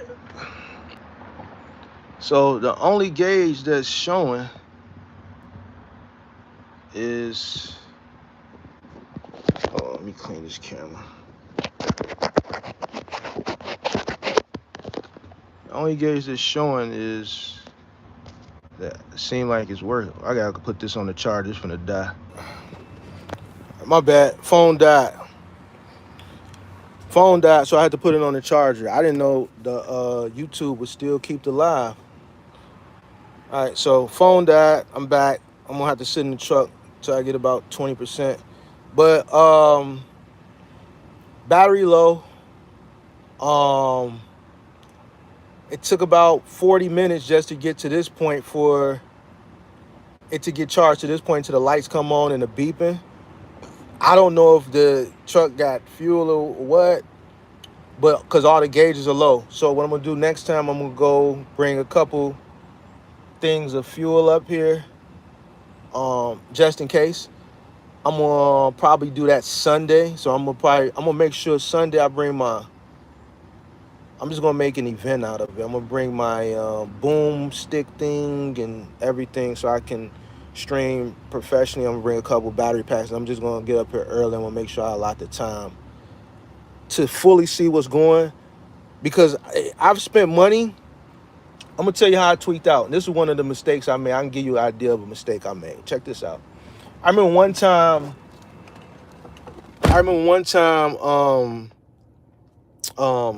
Let me make sure y'all can hear me too.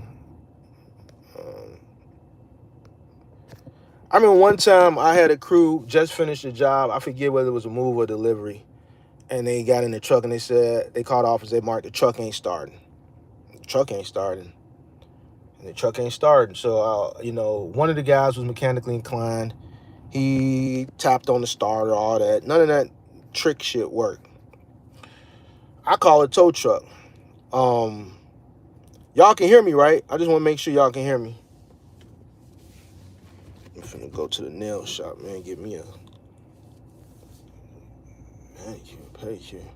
Let me know y'all can hear me. All right, boom.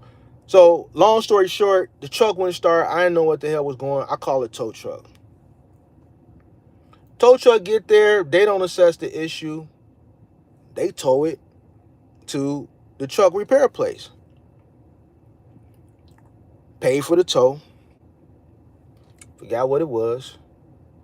I'm paying the guys to sit there all that time. Gets all the way to the truck repair place. And this happens occasionally.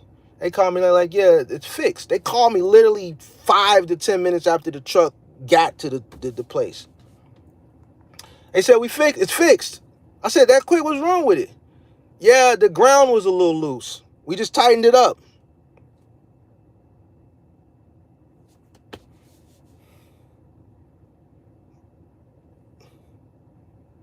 So the ground cable, I guess over the time of hitting potholes and this, that, and the third, or maybe the last time it was maintenance, they didn't tighten it up right, or whatever the case may be, it was loose and it wasn't connecting because it was slightly loose and the truck didn't start. So I spent all that money for something that they could have, they under the truck tapping the starter, this, then the third. The tow truck guy and came. He ain't assessed the issue. He just hooked it, which is probably not his business, but sometimes the tow truck people will say pop the hood, but these guys could have literally went in the toolkit, got a wrench, a socket, whatever the case may be, and just a few turns, that problem would have been handled. So that's something that I learned. We ever had a truck not starting issue, and there were other times where that was the issue and it was a simple fix. But yeah, that one time, that experience of me spending money, that taught me to always check the cables. You know what I'm saying? So it taught me to always check the cables, man. I'm hoping this truck gets started so that I can sell it without buying a battery. Let me see. Nick said you selling for $5K, right? Yep, $5K. Superman Clark says it's called pre-inspection. Yeah, it is. So apparently, Mr. Stacy, who was my fleet manager at the time, this was his job. He would walk around with a clipboard every morning, and for some apparent reason, he missed this truck, or maybe that's something he didn't check. I don't know. But there was a guy on payroll that I've talked about many times. That was his job, and it is what it is. But yeah, we're gonna let that truck sit for a few minutes. I'm gonna cut truck 3 off. I hear it beeping, so it's charging, but I just don't have no more time to sit up here.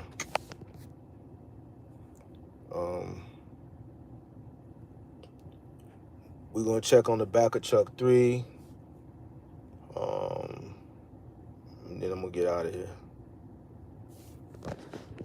My name is Travis Bernardini. I am 32 years old, and I'm a big fan of Superman. Ooh, so what's the score? Ooh, we got, wait, hold on. We got SD Walk.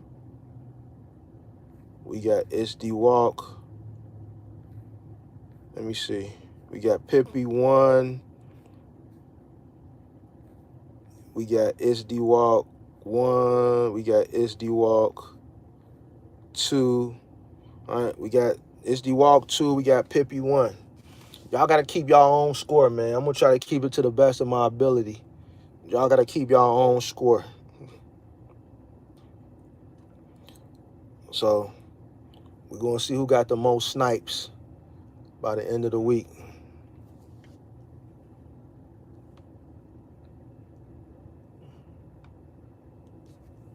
We're going to see who got the most snipes by the end of the week.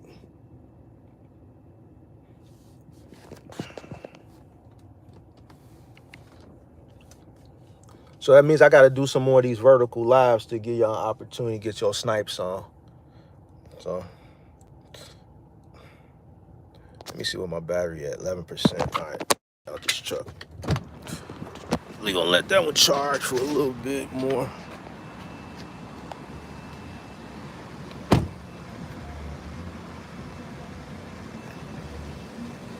All right, we're gonna close the hood on truck 3. Oh, hold on. Hold on.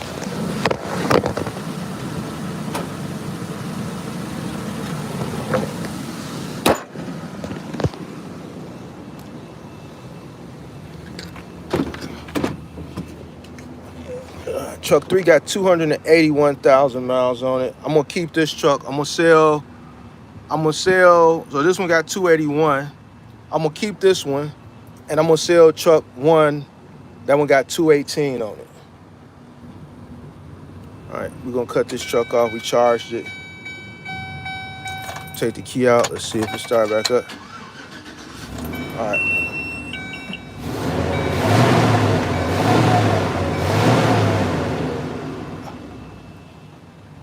All right, this truck cool. I'm out of here for this one.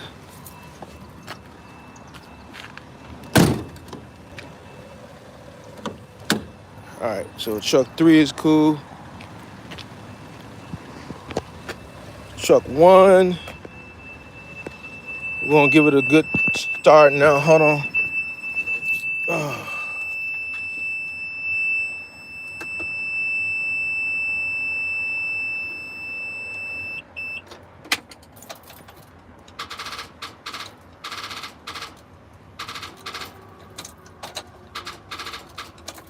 Yeah. All right, we're gonna come back Sunday and fool with truck 1. I'm gonna make sure I bring some gas cans. I got my tools, and I may have to go to AutoZone, take the battery out, and swap the battery and see what happened then. I ain't gonna do it today though. I spent enough time up here. Truck 3 is cool. We got that one underway. Take the cables off.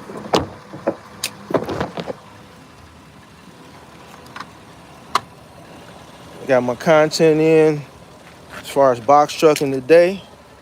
At least right now, I might come back later.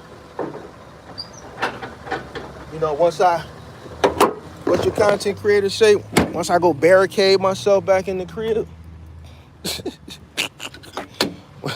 when I go barricade myself back in the crib, right?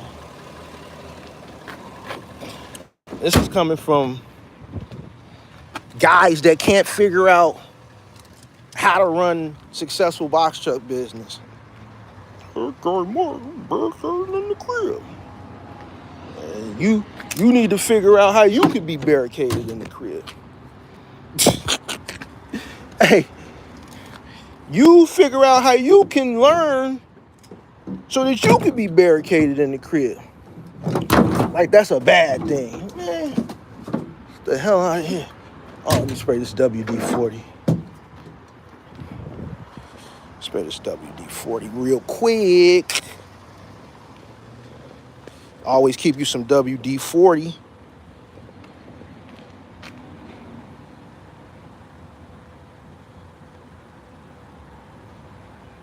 You said you don't have jumper cables? I do got jumper cables. How do you think I was charging it? I had the jumpers on there. But you gotta understand, I don't know if you came in late, Nick. That truck been sitting for 2 years. Last week I came in, the truck that I did get started, that's been sitting for like a year and a half without doing anything. It took me, I had to charge the battery. So I charged it. I charged it with my truck. Charged it with my truck. It took a little minute to charge it up, but it's fine now. I had to charge it with the cables. That's why I've been out here hooking cables up, getting my hands dirty and shit. I don't know what's in there. I don't know what's in there, what's not in there, because I ain't been in there. I wasn't even the last person to drive that truck. So, It's so those they, as long as they've been sitting, the battery's got to get charged. It's got to get charged. You got to remember, 2 years. So that means 2 winters. There was a time in January we had negative 40 degrees. So hot temperatures, cold temperatures, negative temperatures, not starting, not running. The batteries need to be charged. I came here last week. I was going to charge both of my charge truck 3. It took, well, maybe last week, it took an hour maybe to charge truck 3. And obviously it's fine now. I come in here and hit it with the cable and it jump right back on. This truck, I don't know. I'm gonna give this truck my full undivided attention Sunday. I'm gonna come in here and I'm gonna make sure I spend the time with it, try to get it started. If I eventually just give up, I'm gonna take my ass to AutoZone and I'm gonna buy me a battery. You know, I think it just needs to be charged. I don't think it's a starter. So the starter, I gotta look at the maintenance report. So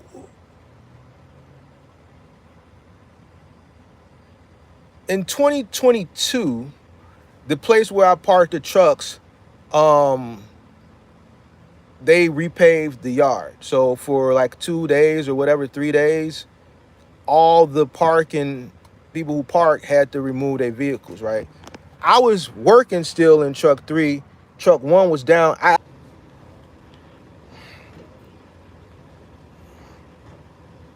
My bad, battery died again. Struggle streaming today.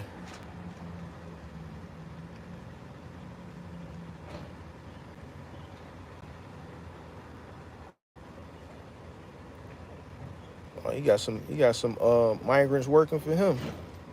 This guy with this dump trailer, the migrants done popped out. Oh yeah, he did say he had migrants working for him. Oh, so remember that guy that I was talking to last week that he said he got the migrants? He just pulled up. He got the same pickup as me, but the migrants just popped out. I'm gonna see if I can show you the migrants. I see. Well, they can't see me. Hold on. I don't want to put him on camera because he's looking right at me.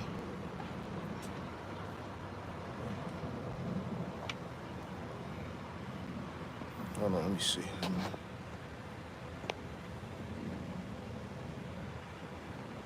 Oh, I'm trying.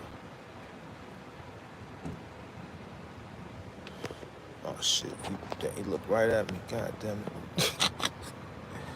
That black, he got the migrants out here working for $40. Hell no.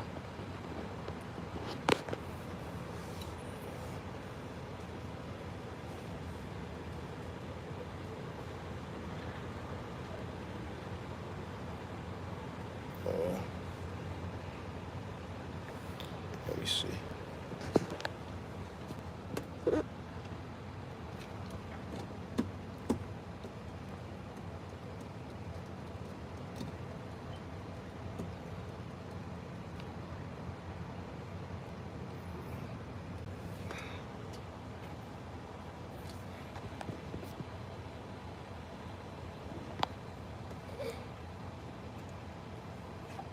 I'm at the yard. I was just charging up my trucks.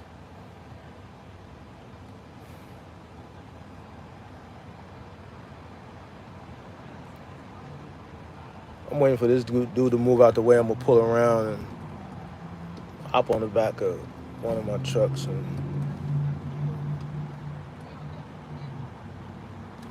yeah, he got the migrants working for him. That's the black dude. Oh shit, I don't want to show him. Dad, you see that? Wow, Dad.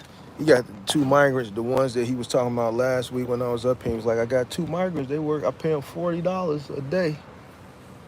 He ain't lying. He just pulled up with 2 migrants. I guess he finna drop them back off at the Home Depot.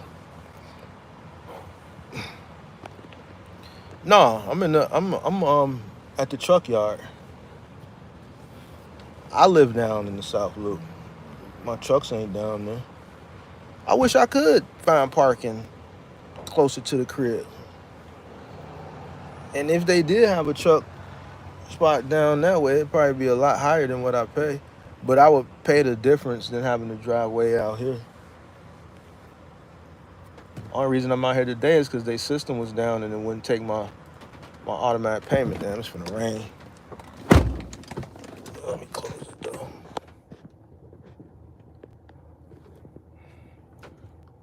though. Man, illegals out here in front of Home Depot asking for $40 an hour in California. You know why? Because they probably can get it out there. They probably can get $40 an hour out there. You're right, there is one on Canal going up the ramp right by the train. Right there on like what, 24th and Canal? Hey Stone, you talking about that one? 24th and Canal? Right there by the train. I think I know you talking right. 24th and Canal, 25th and Canal. Going up that ramp. Yeah, I know which one you're talking about. You know what? I did think about moving them down there too. It's a number I saw posted up there. I took a picture of the number. I just never called them. I forgot about that until you just reminded me. I'm gonna try to sell these trucks first. Damn, bro, I just got my truck washed, bro. I'm gonna actually try to sell it, and then if I sell this one, I'm gonna move the other one down there. I think I talked to a guy that parked there. I forgot what he told me. I can't remember. I know it's higher than where I pay now, but it would be more convenient for me to park down there because I'm in the South Loop, so it's closer. All right, let me open up the back of this truck.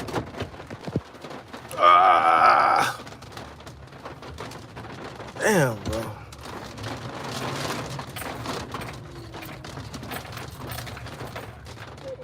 Hold on.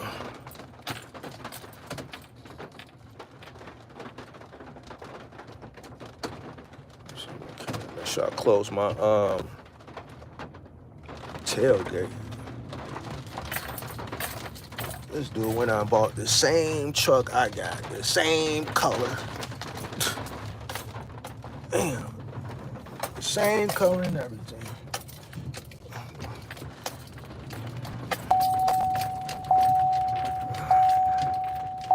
Alright.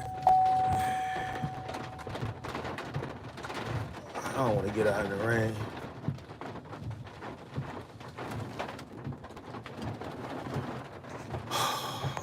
Let me see. Box truck and transit van game is hard for felons to get anything because they won't let us use the apps to even start out making something. Shaking my head. Still trying. Keep trying. But do Thumbtack, man. You may have to get into the moving business, man. Thumbtack do a background. You know what? Let me not lie. Because shit done changed. They might do a background now on Thumbtack. Back when I got on, it wasn't a requirement. All right? They did a background, but it wasn't a requirement. So on your profile page, the only thing they would give you a badge that says background checked. So it was a badge thing. But I don't know if they require it now. They might. Why did Thumbtack kick you off?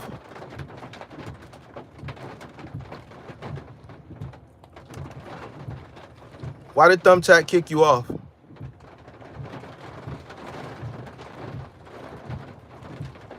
Troy Johnson, then you should have got a custom color, not a factory one.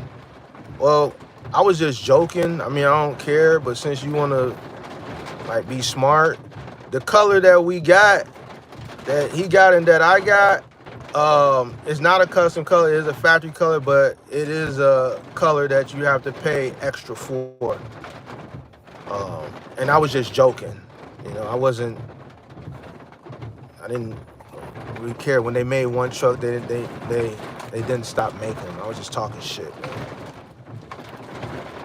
Don't snipe them, y'all. Don't snipe them. Don't snipe them. Some people just don't know like talking shit versus whatever. I only have marijuana, so I have a clean driving MBA. Just these felonies I caught years ago.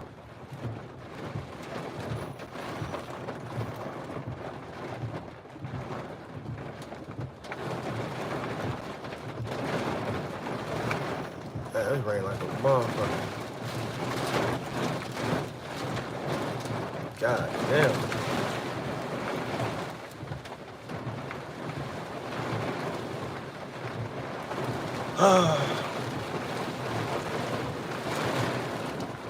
I'm gonna keep calling companies and asking.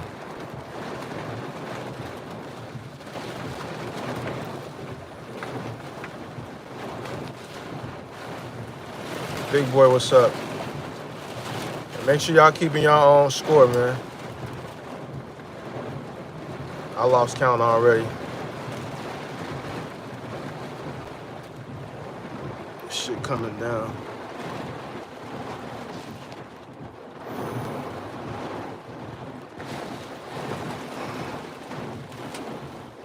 Ah, shit. I can't see shit. Oh, shit. It's hella like a motherfucker now. God damn. I'm glad I put everything in the truck, close up everything at the right time.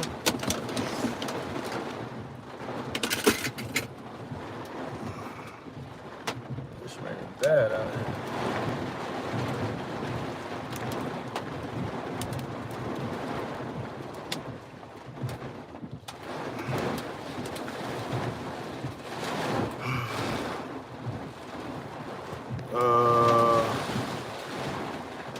Yeah, keep calling companies. I mean, that's all you can do.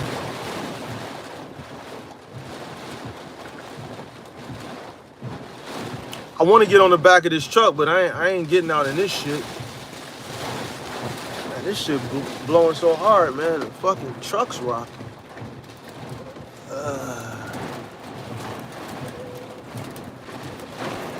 God damn.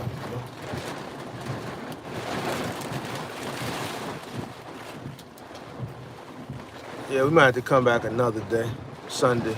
I ain't finna get out of this shit.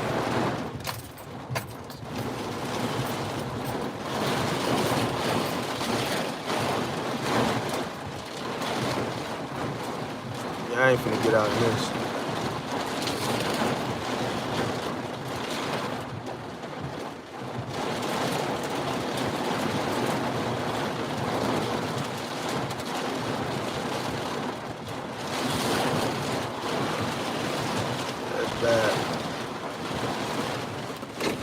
All right, so we'll come back Sunday, y'all, and we'll charge up truck one. I'm gonna get out of here, though.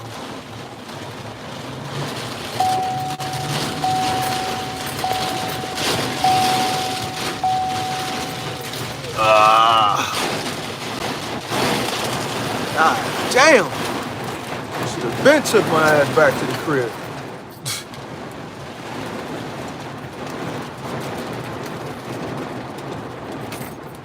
Shit. It was just bright and sunny. Now it's pitch black and tornado. What you get call it, Chicago tornado. Fucking hailing, probably tornado touchdown somewhere. All type of shit going on. Shit don't even make no sense. Can't even see shit.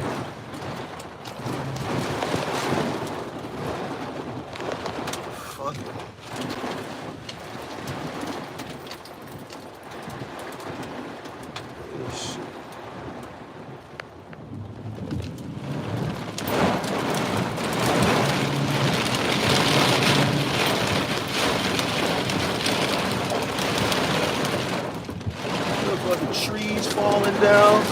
Let me get the fuck from over here, bro. Let me get on the main street.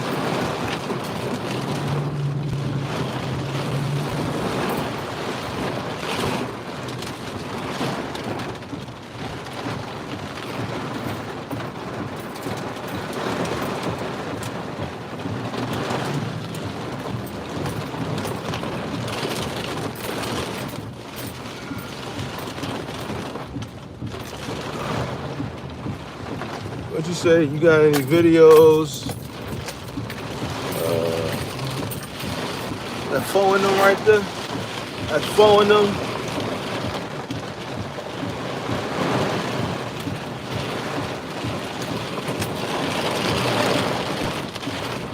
Oh, they getting it. Oh, they shit wet. They shit wet than the motherfucker. They mattress is soaked. That's why you gotta wrap your shit, ladies and gentlemen. Y'all want to start your moving out your pickup truck. The mattress is soaked and fucking wet. Hey, it's a wrap. Y'all saw he had the mattress and all that furniture on the back of that pickup truck. Out here trying to do a little move or whatever. Didn't wrap the mattress. That mattress soaked and wet now. Might as well toss it. It ain't no good. It ain't no good.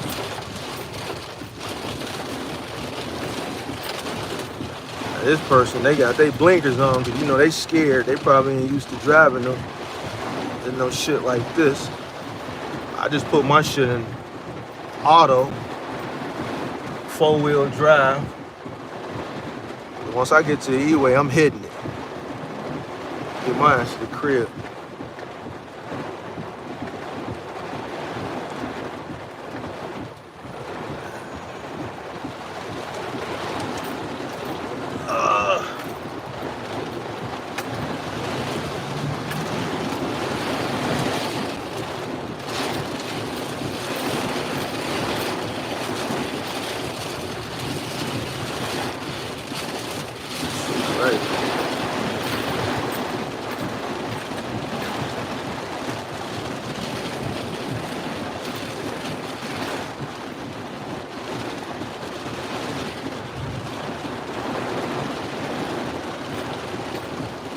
What city's it raining like that? Oh, he got it. Uh-oh. Whoop! Ran the red light. You think a cop gonna get out in this shit to write a ticket? I don't think so. They wouldn't have stopped to write a ticket no way.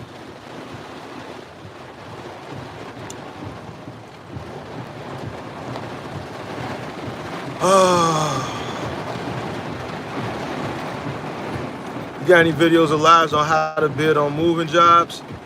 Yeah, we just didn't we just cover that on one of the live streams the other last week? I think it was on the call-in show. We covered that on the call-in show last week, Thursday. I gave somebody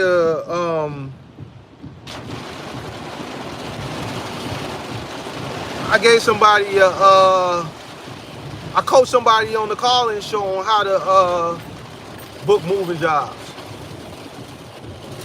You know, the sales script and all that. Yeah, watch the call-in show from Thursday.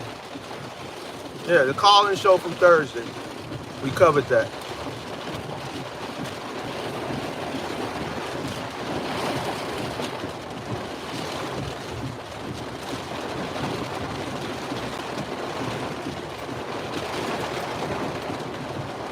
It's raining cats and dogs.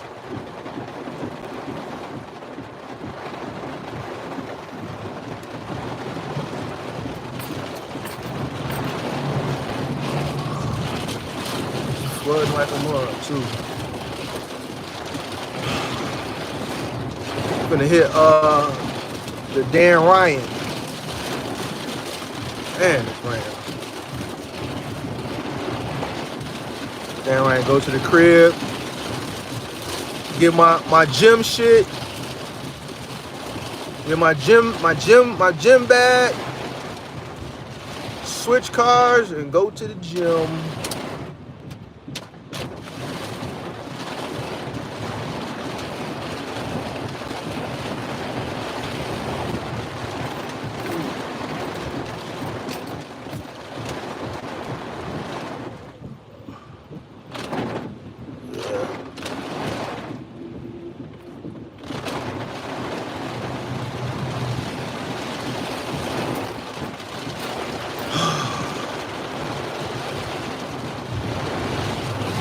I see those messages. I'm finna attend to them in 1 second. 1 second. Just gotta get to this red light.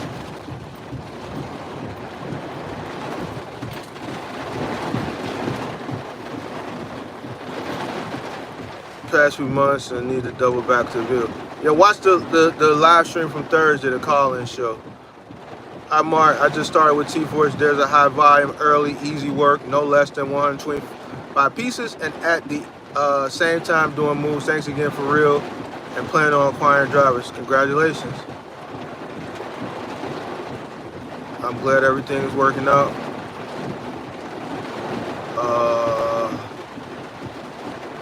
What's going on, Marcy? All right. I think this was a very good live.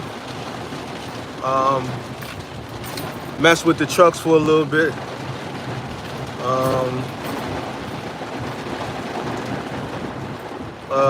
What else did I do? Mess with the trucks for a little bit. Did a Q&A. I think I'm gonna probably end the live here. What's going on? What's going on? I'm gonna end the live here. I'm about to hit this E-way. And this rain ain't no joke. I'm finna hit it once I get on the E-way. This shit is bad, bro. I know y'all hear it.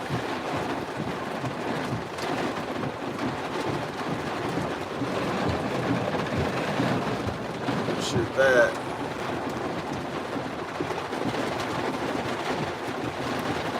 What's good? What's good? What's good?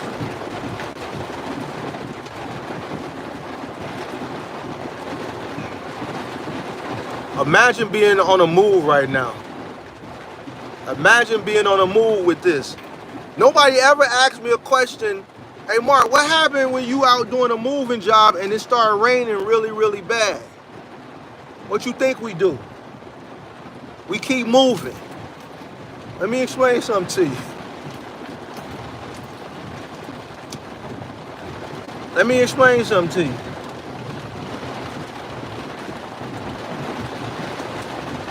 Take this light.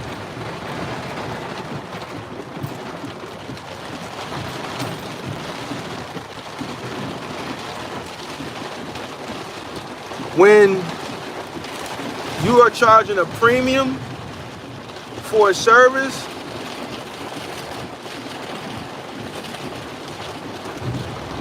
you're being paid a good amount of money to work in that weather climate. So you're gonna keep moving. Shit you can do. Keep moving. So I've done moves in this weather. You know, thing you can do is keep moving. Shit, already soaking wet anyway from sweat. Oh, this shit ain't gonna affect you. Now there are cases when the customer will be like, yeah, just stop the move, because obviously they don't want their shit to get wet, and we don't want our blankets to get wet. So in most cases, you do stop the move. But if you have something that's cocoon wrapped and shrink wrapped, then the item is not gonna get damaged. So you can still carry that stuff, and then some stuff, obviously, you may have to cease the move. Now, what happens when you cease the move? This is a question that somebody should have asked. Does the clock stop? Absolutely not. Absolutely not. Listen, can't control the act of God. We here, we're on site, on the move. Clock don't stop. The clock don't stop until the move is done. You know, clock don't stop till the move done. We can't control the act of God. All right? So, we on site. The clock don't stop.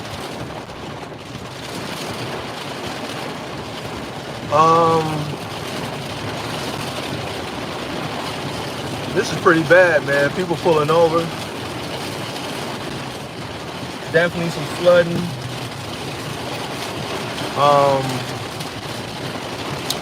I put my truck in 4-wheel drive. Cause I'm finna go around this traffic. I'm not finna sit in this shit, bro. I ain't tweaking, bro. They gotta get out my way, bro.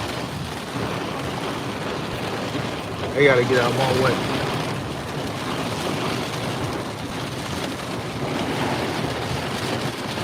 It's bad. It ain't really no traffic. It's just everybody moving slow because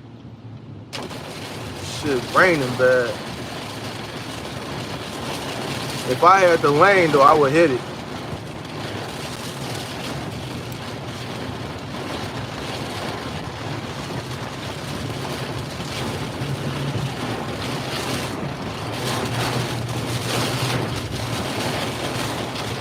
If I had the lane, I would go.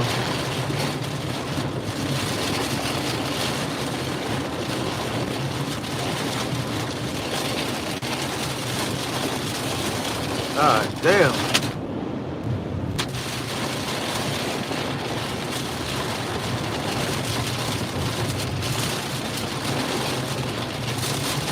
Everybody got their flashes on too.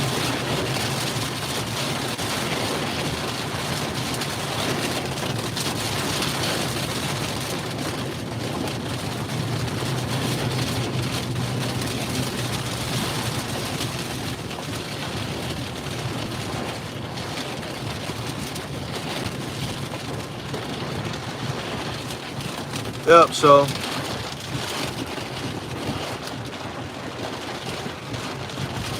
alright, so I'm finna end this live. I may come back on later so that my moderators can get their snipes up. God damn, bro. This shit, I might just work out in the building. I may not even go to the gym.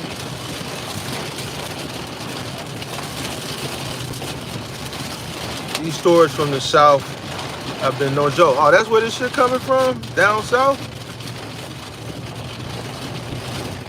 This shit is rough.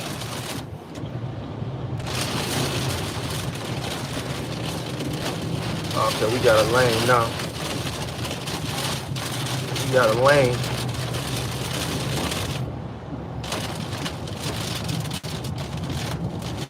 Look like it's calming down. Oh, spoke too soon. Look like it's calming down. I see a sun.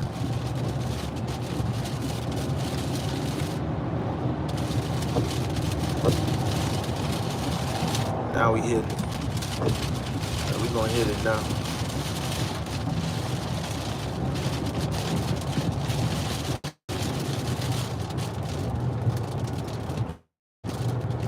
Now it's dry.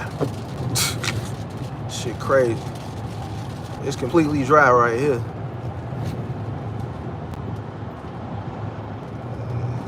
That's crazy, bro. Now the road drowning them up. I literally rolled out of that shit.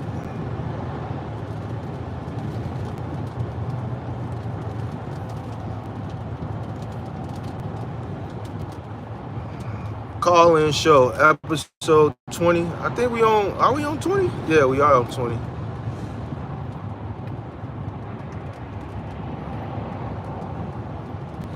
We are on 20.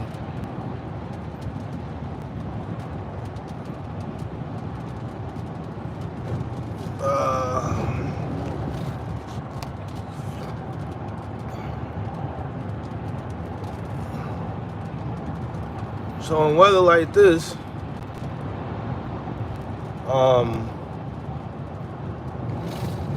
I like driving in rain like that. Like rain, like when we have blizzards, rain like that, blizzards. I like driving my pickup truck in weather. I get to play.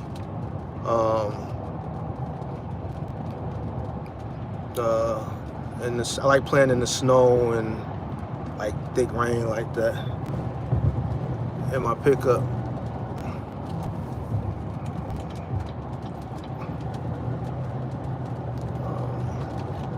We didn't have any snow this winter.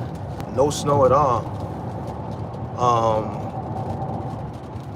So in the snow removal business, let's say like you got a pickup truck and you got a plow on it. You know what's dope about the snow removal business? I'm gonna give you a gem. A lot of the times on those snow jobs, like if you got like a snow removal business, like a pickup truck with a plow, maybe a couple trucks with plows, you bid on those jobs and you get those contracts on those jobs, and they pay you up front for the season, right? A flat fee for the most part, no matter how much it snow. Now we get blizzards and stuff like that. It'll be in the contract where specific events may cost and fee, but let's say sand or so like up to a certain fee, you get a lump sum of money at the beginning of the season, no matter how much it snow, how many occurrences, you just go plow, right? We didn't get no snow, right, this winter whatsoever, right? So a lot of people think like, God damn, the snow plowing companies failed. No, they didn't. They came out ahead because they didn't have to move their equipment and they still got paid because they got paid up front for the season. So, that business, it can work, for you and against you in some aspects too. Whereas this year they got paid and didn't have to do any work. And, some winners, they get paid and they may have to work more often than what they expect. So it can be give and take.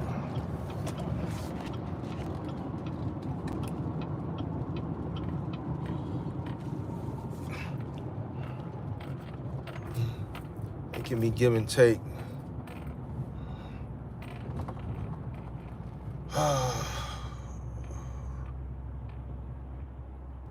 Good afternoon, bro. Definitely been getting helpful tips. Joshua said, Mark back in the box truck. Nope, just checking on him. I'm in my pickup truck, bro. This ain't no box truck. I'm in my pickup.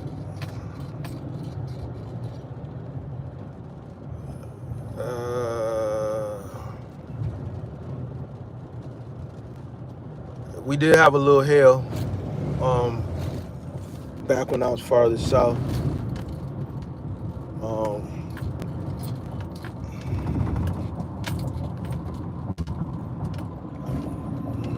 Back when I was farther south, we had some hail.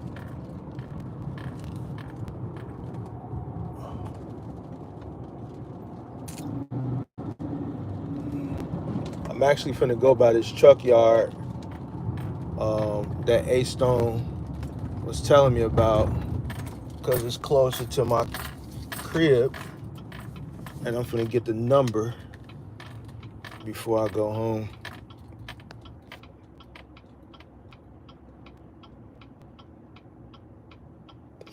A moving tutorial? Probably not. If I was active still, I would do a moving tutorial for free, but I'm not. Well, I tried to do some in 2022, but it was hard, man. Moving furniture and trying to hold a camera, it was damn near impossible. So I would have literally had to have someone come film while I moved. What I may do is if someone I know needs a truck and they need help moving something, I may volunteer my services so I can get that content to show people how to wrap shit and carry shit. Maybe have someone hold a camera for me. But I can't promise that. I can't promise that. I know you're not acting, that's why I can't promise that.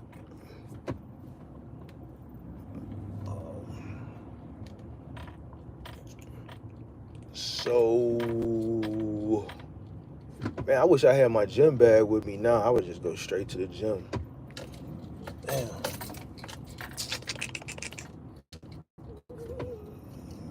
Go over here to this truck yard. Let's see.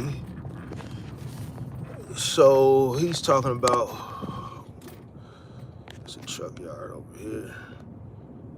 I wouldn't. I would just do the content and I would post it. I think I have some content like that, man. So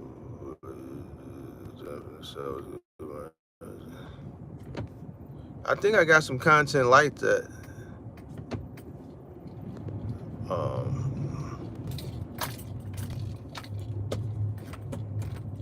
Back in the early days, I think I did do some, maybe a video or two. I would have to go back and look through that stuff on the channel.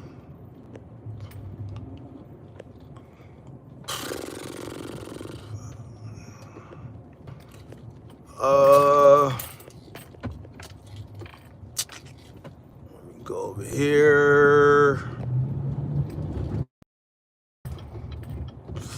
A Stone reminded me of a truck yard that's closer to the crib. So we're gonna stop and grab the number, get some rates.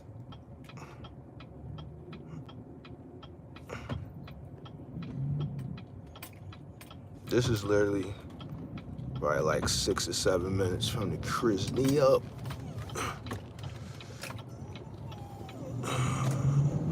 I think right here. Monthly truck parking. Okay, there go the numbers. So I don't even need to go all the way up there. Hold on, let me take a picture around.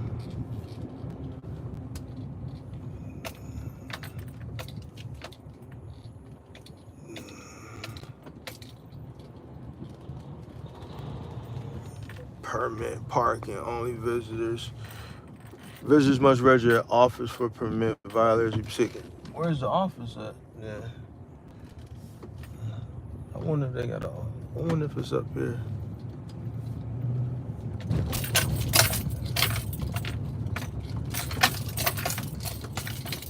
Let's see where the office is at. I don't want to go back in there because I don't want to get stuck. So I'm gonna turn around and call the numbers.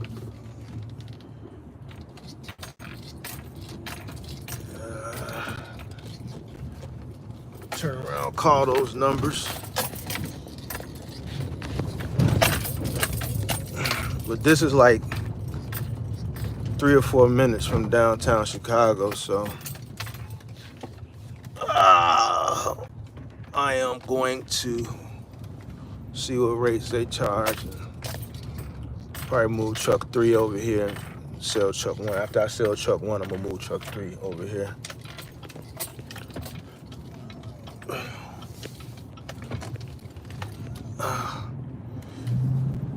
That way I won't have to drive south.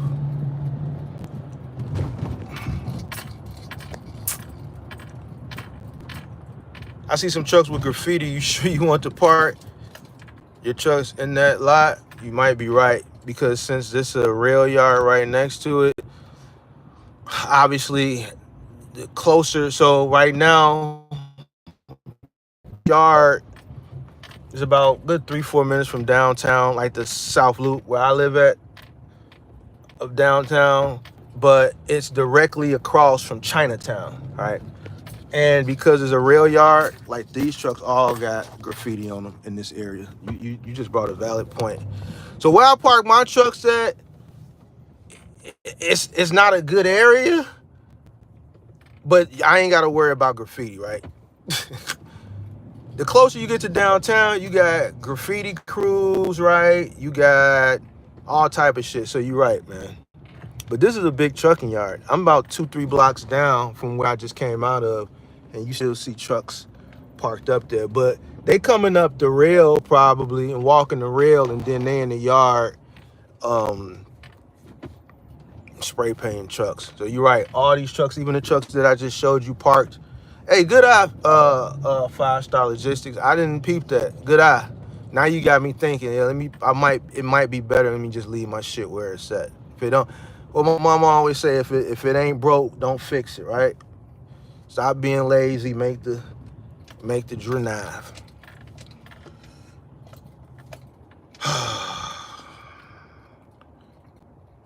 Miss Berry said, "Oh, you in my city?" You might be in my city, Miss Berry. That all depends. You might be in my city. What city you in? Clearly we in the same city, but what what makes it your city and not my city?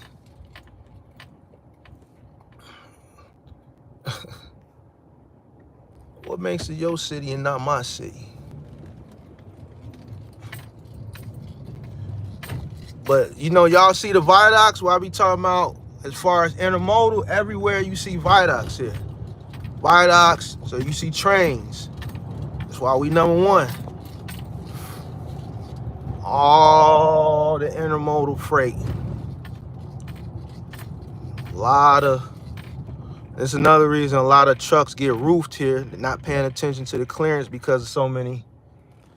Y'all call them bridges.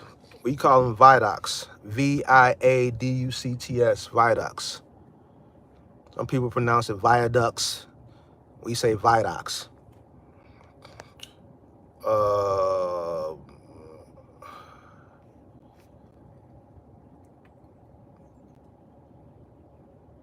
Chicago been making box truck drop tops for years. Box truck drop tops, semi truck drop tops. Shit.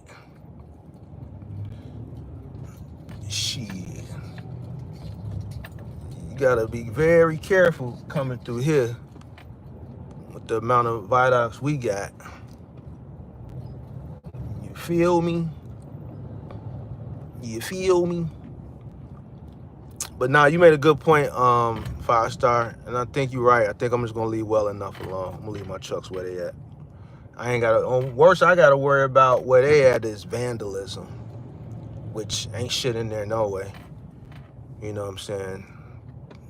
You break a lot, you want to get some blankets and some dollies or some shit, go ahead, be my guest. But I ain't gotta worry about maybe a few bullet holes. They may catch some straight fire. they may catch some straight fire.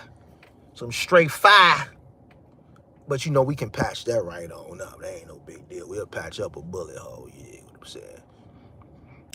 That spray paint, we're gonna have to go get some paint, and we're gonna have to get some elbow grease, and we're gonna have to get to work.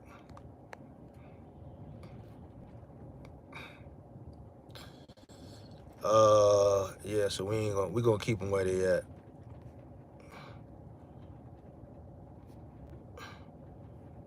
Miss Barry ain't responded.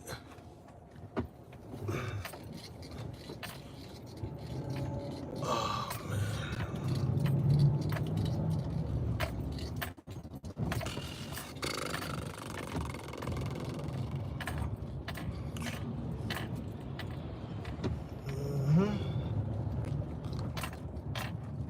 All right, y'all. I'll probably come back on later. I'm finna head to the crib. I'm almost there. I'll catch y'all a little later, man. Peace. Mark, any books or content you can recommend to start a moving business as well as proper wrapping in place and procedures? And I'm gonna try to find something to do a wrapping tutorial. I gotta figure out. You know, I got a homie. He gonna need his father's place cleared out within the next couple of weeks or month or so. So I'm gonna help him do that. I may take that opportunity to do a tutorial on wrapping and proper technique to move shit. So I'll probably do it then. I just don't have damn goofy dude, you wanna run into me? I'm not active, so I don't have any the proper setting opportunity to do those types of tutorials. So, but when I do, I'll do it. I actually got a tutorial today. Would have been a good day to do it, and I was right there on how to start a moving business with your SUV, your box truck, your SUV, your pickup truck, or your van. Today would have been a good day to do that. And damn, you know, I'm gonna try to do that this week or next week. So that's a video that I am gonna do a tutorial on. Because I want to talk about humble beginnings, and a lot of people, I want to get them the idea utilizing what they have for a very minimal amount. Utilizing what they have and invest in a small amount on how to start a small moving business. So I'm gonna do that. I'm gonna do that on site. I'm gonna try to do it this week. If not this week, next week. I might do it live. I might do it live. I think I am gonna do it live because I ain't gonna lie to you. I ain't gonna want to edit it. I ain't gonna want to edit it. I'm gonna do it live. So I'm gonna see if I can do that one day this week. I'm gonna do it live. Now, as far as books, nah, I have never seen a book on proper moving, how to move properly, content. Yeah, so I'm gonna start from the basics, utilizing what you have. I'm gonna shoot that content hopefully this week. Yep, I heard of Max Mayer. He started doing moving content, then he switched over to crypto. I don't know what he's doing now. But he was doing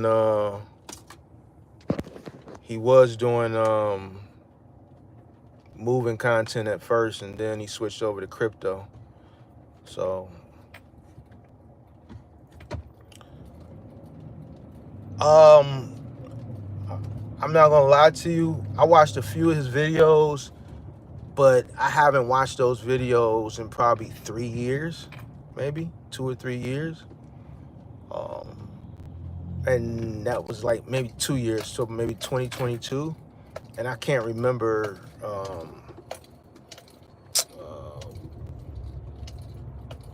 I can't remember my critique of his content. Now I think I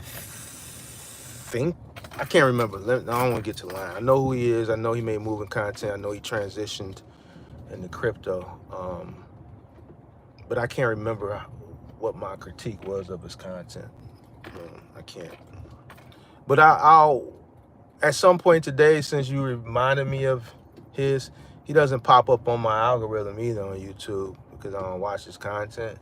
I didn't even watch his content for crypto. I'm gonna go back and look at some of his old moving content, and I'll give you a idea of what I think. Maybe when I go back and refresh myself, it'll come back to me.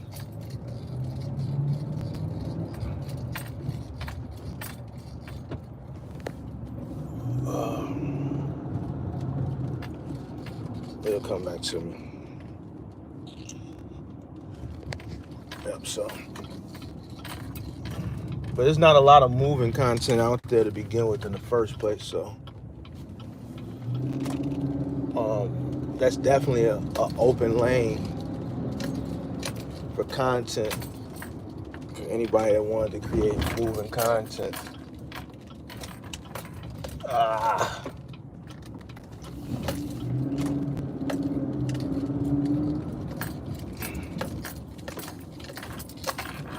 Oh man. I do not feel like going to the gym, man. Man, I don't feel like going, bro. I do not feel like it's leg day. I'm sore.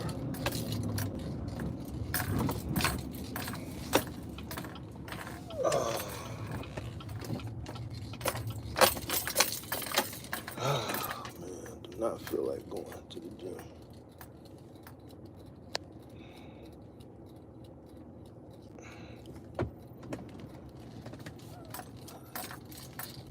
And this live too.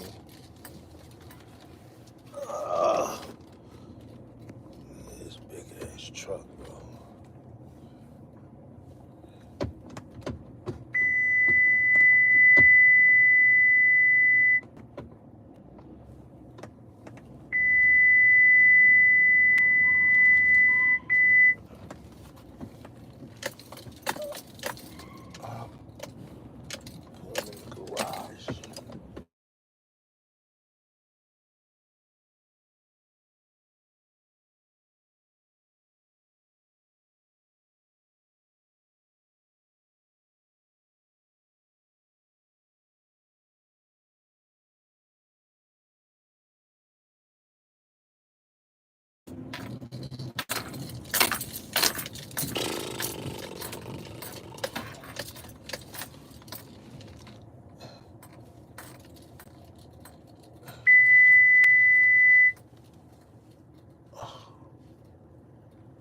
I wonder if that hater that was on the stream yesterday is still on there. Probably not. They probably blocked him. I was gonna show him some shit.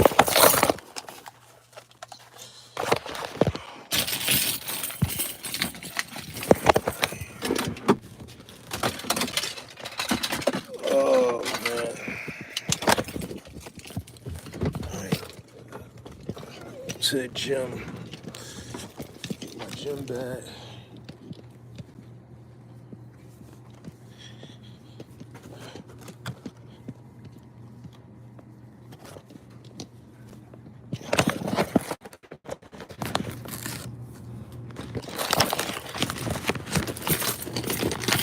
Got a lot of shit going on.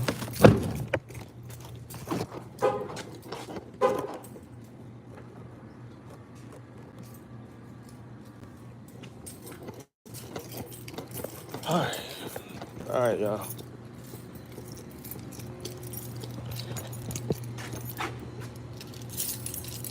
Who is Jelly? Oh, you call your boy Jelly Arms. Call that man Jelly Arms. Hell no.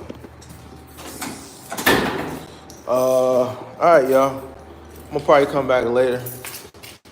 I'm gonna go to the gym. I may do a live in the studio a little later, man. I don't know what it's about, but I may make one later. All right, y'all. Peace out, man. I'm gonna head to the gym.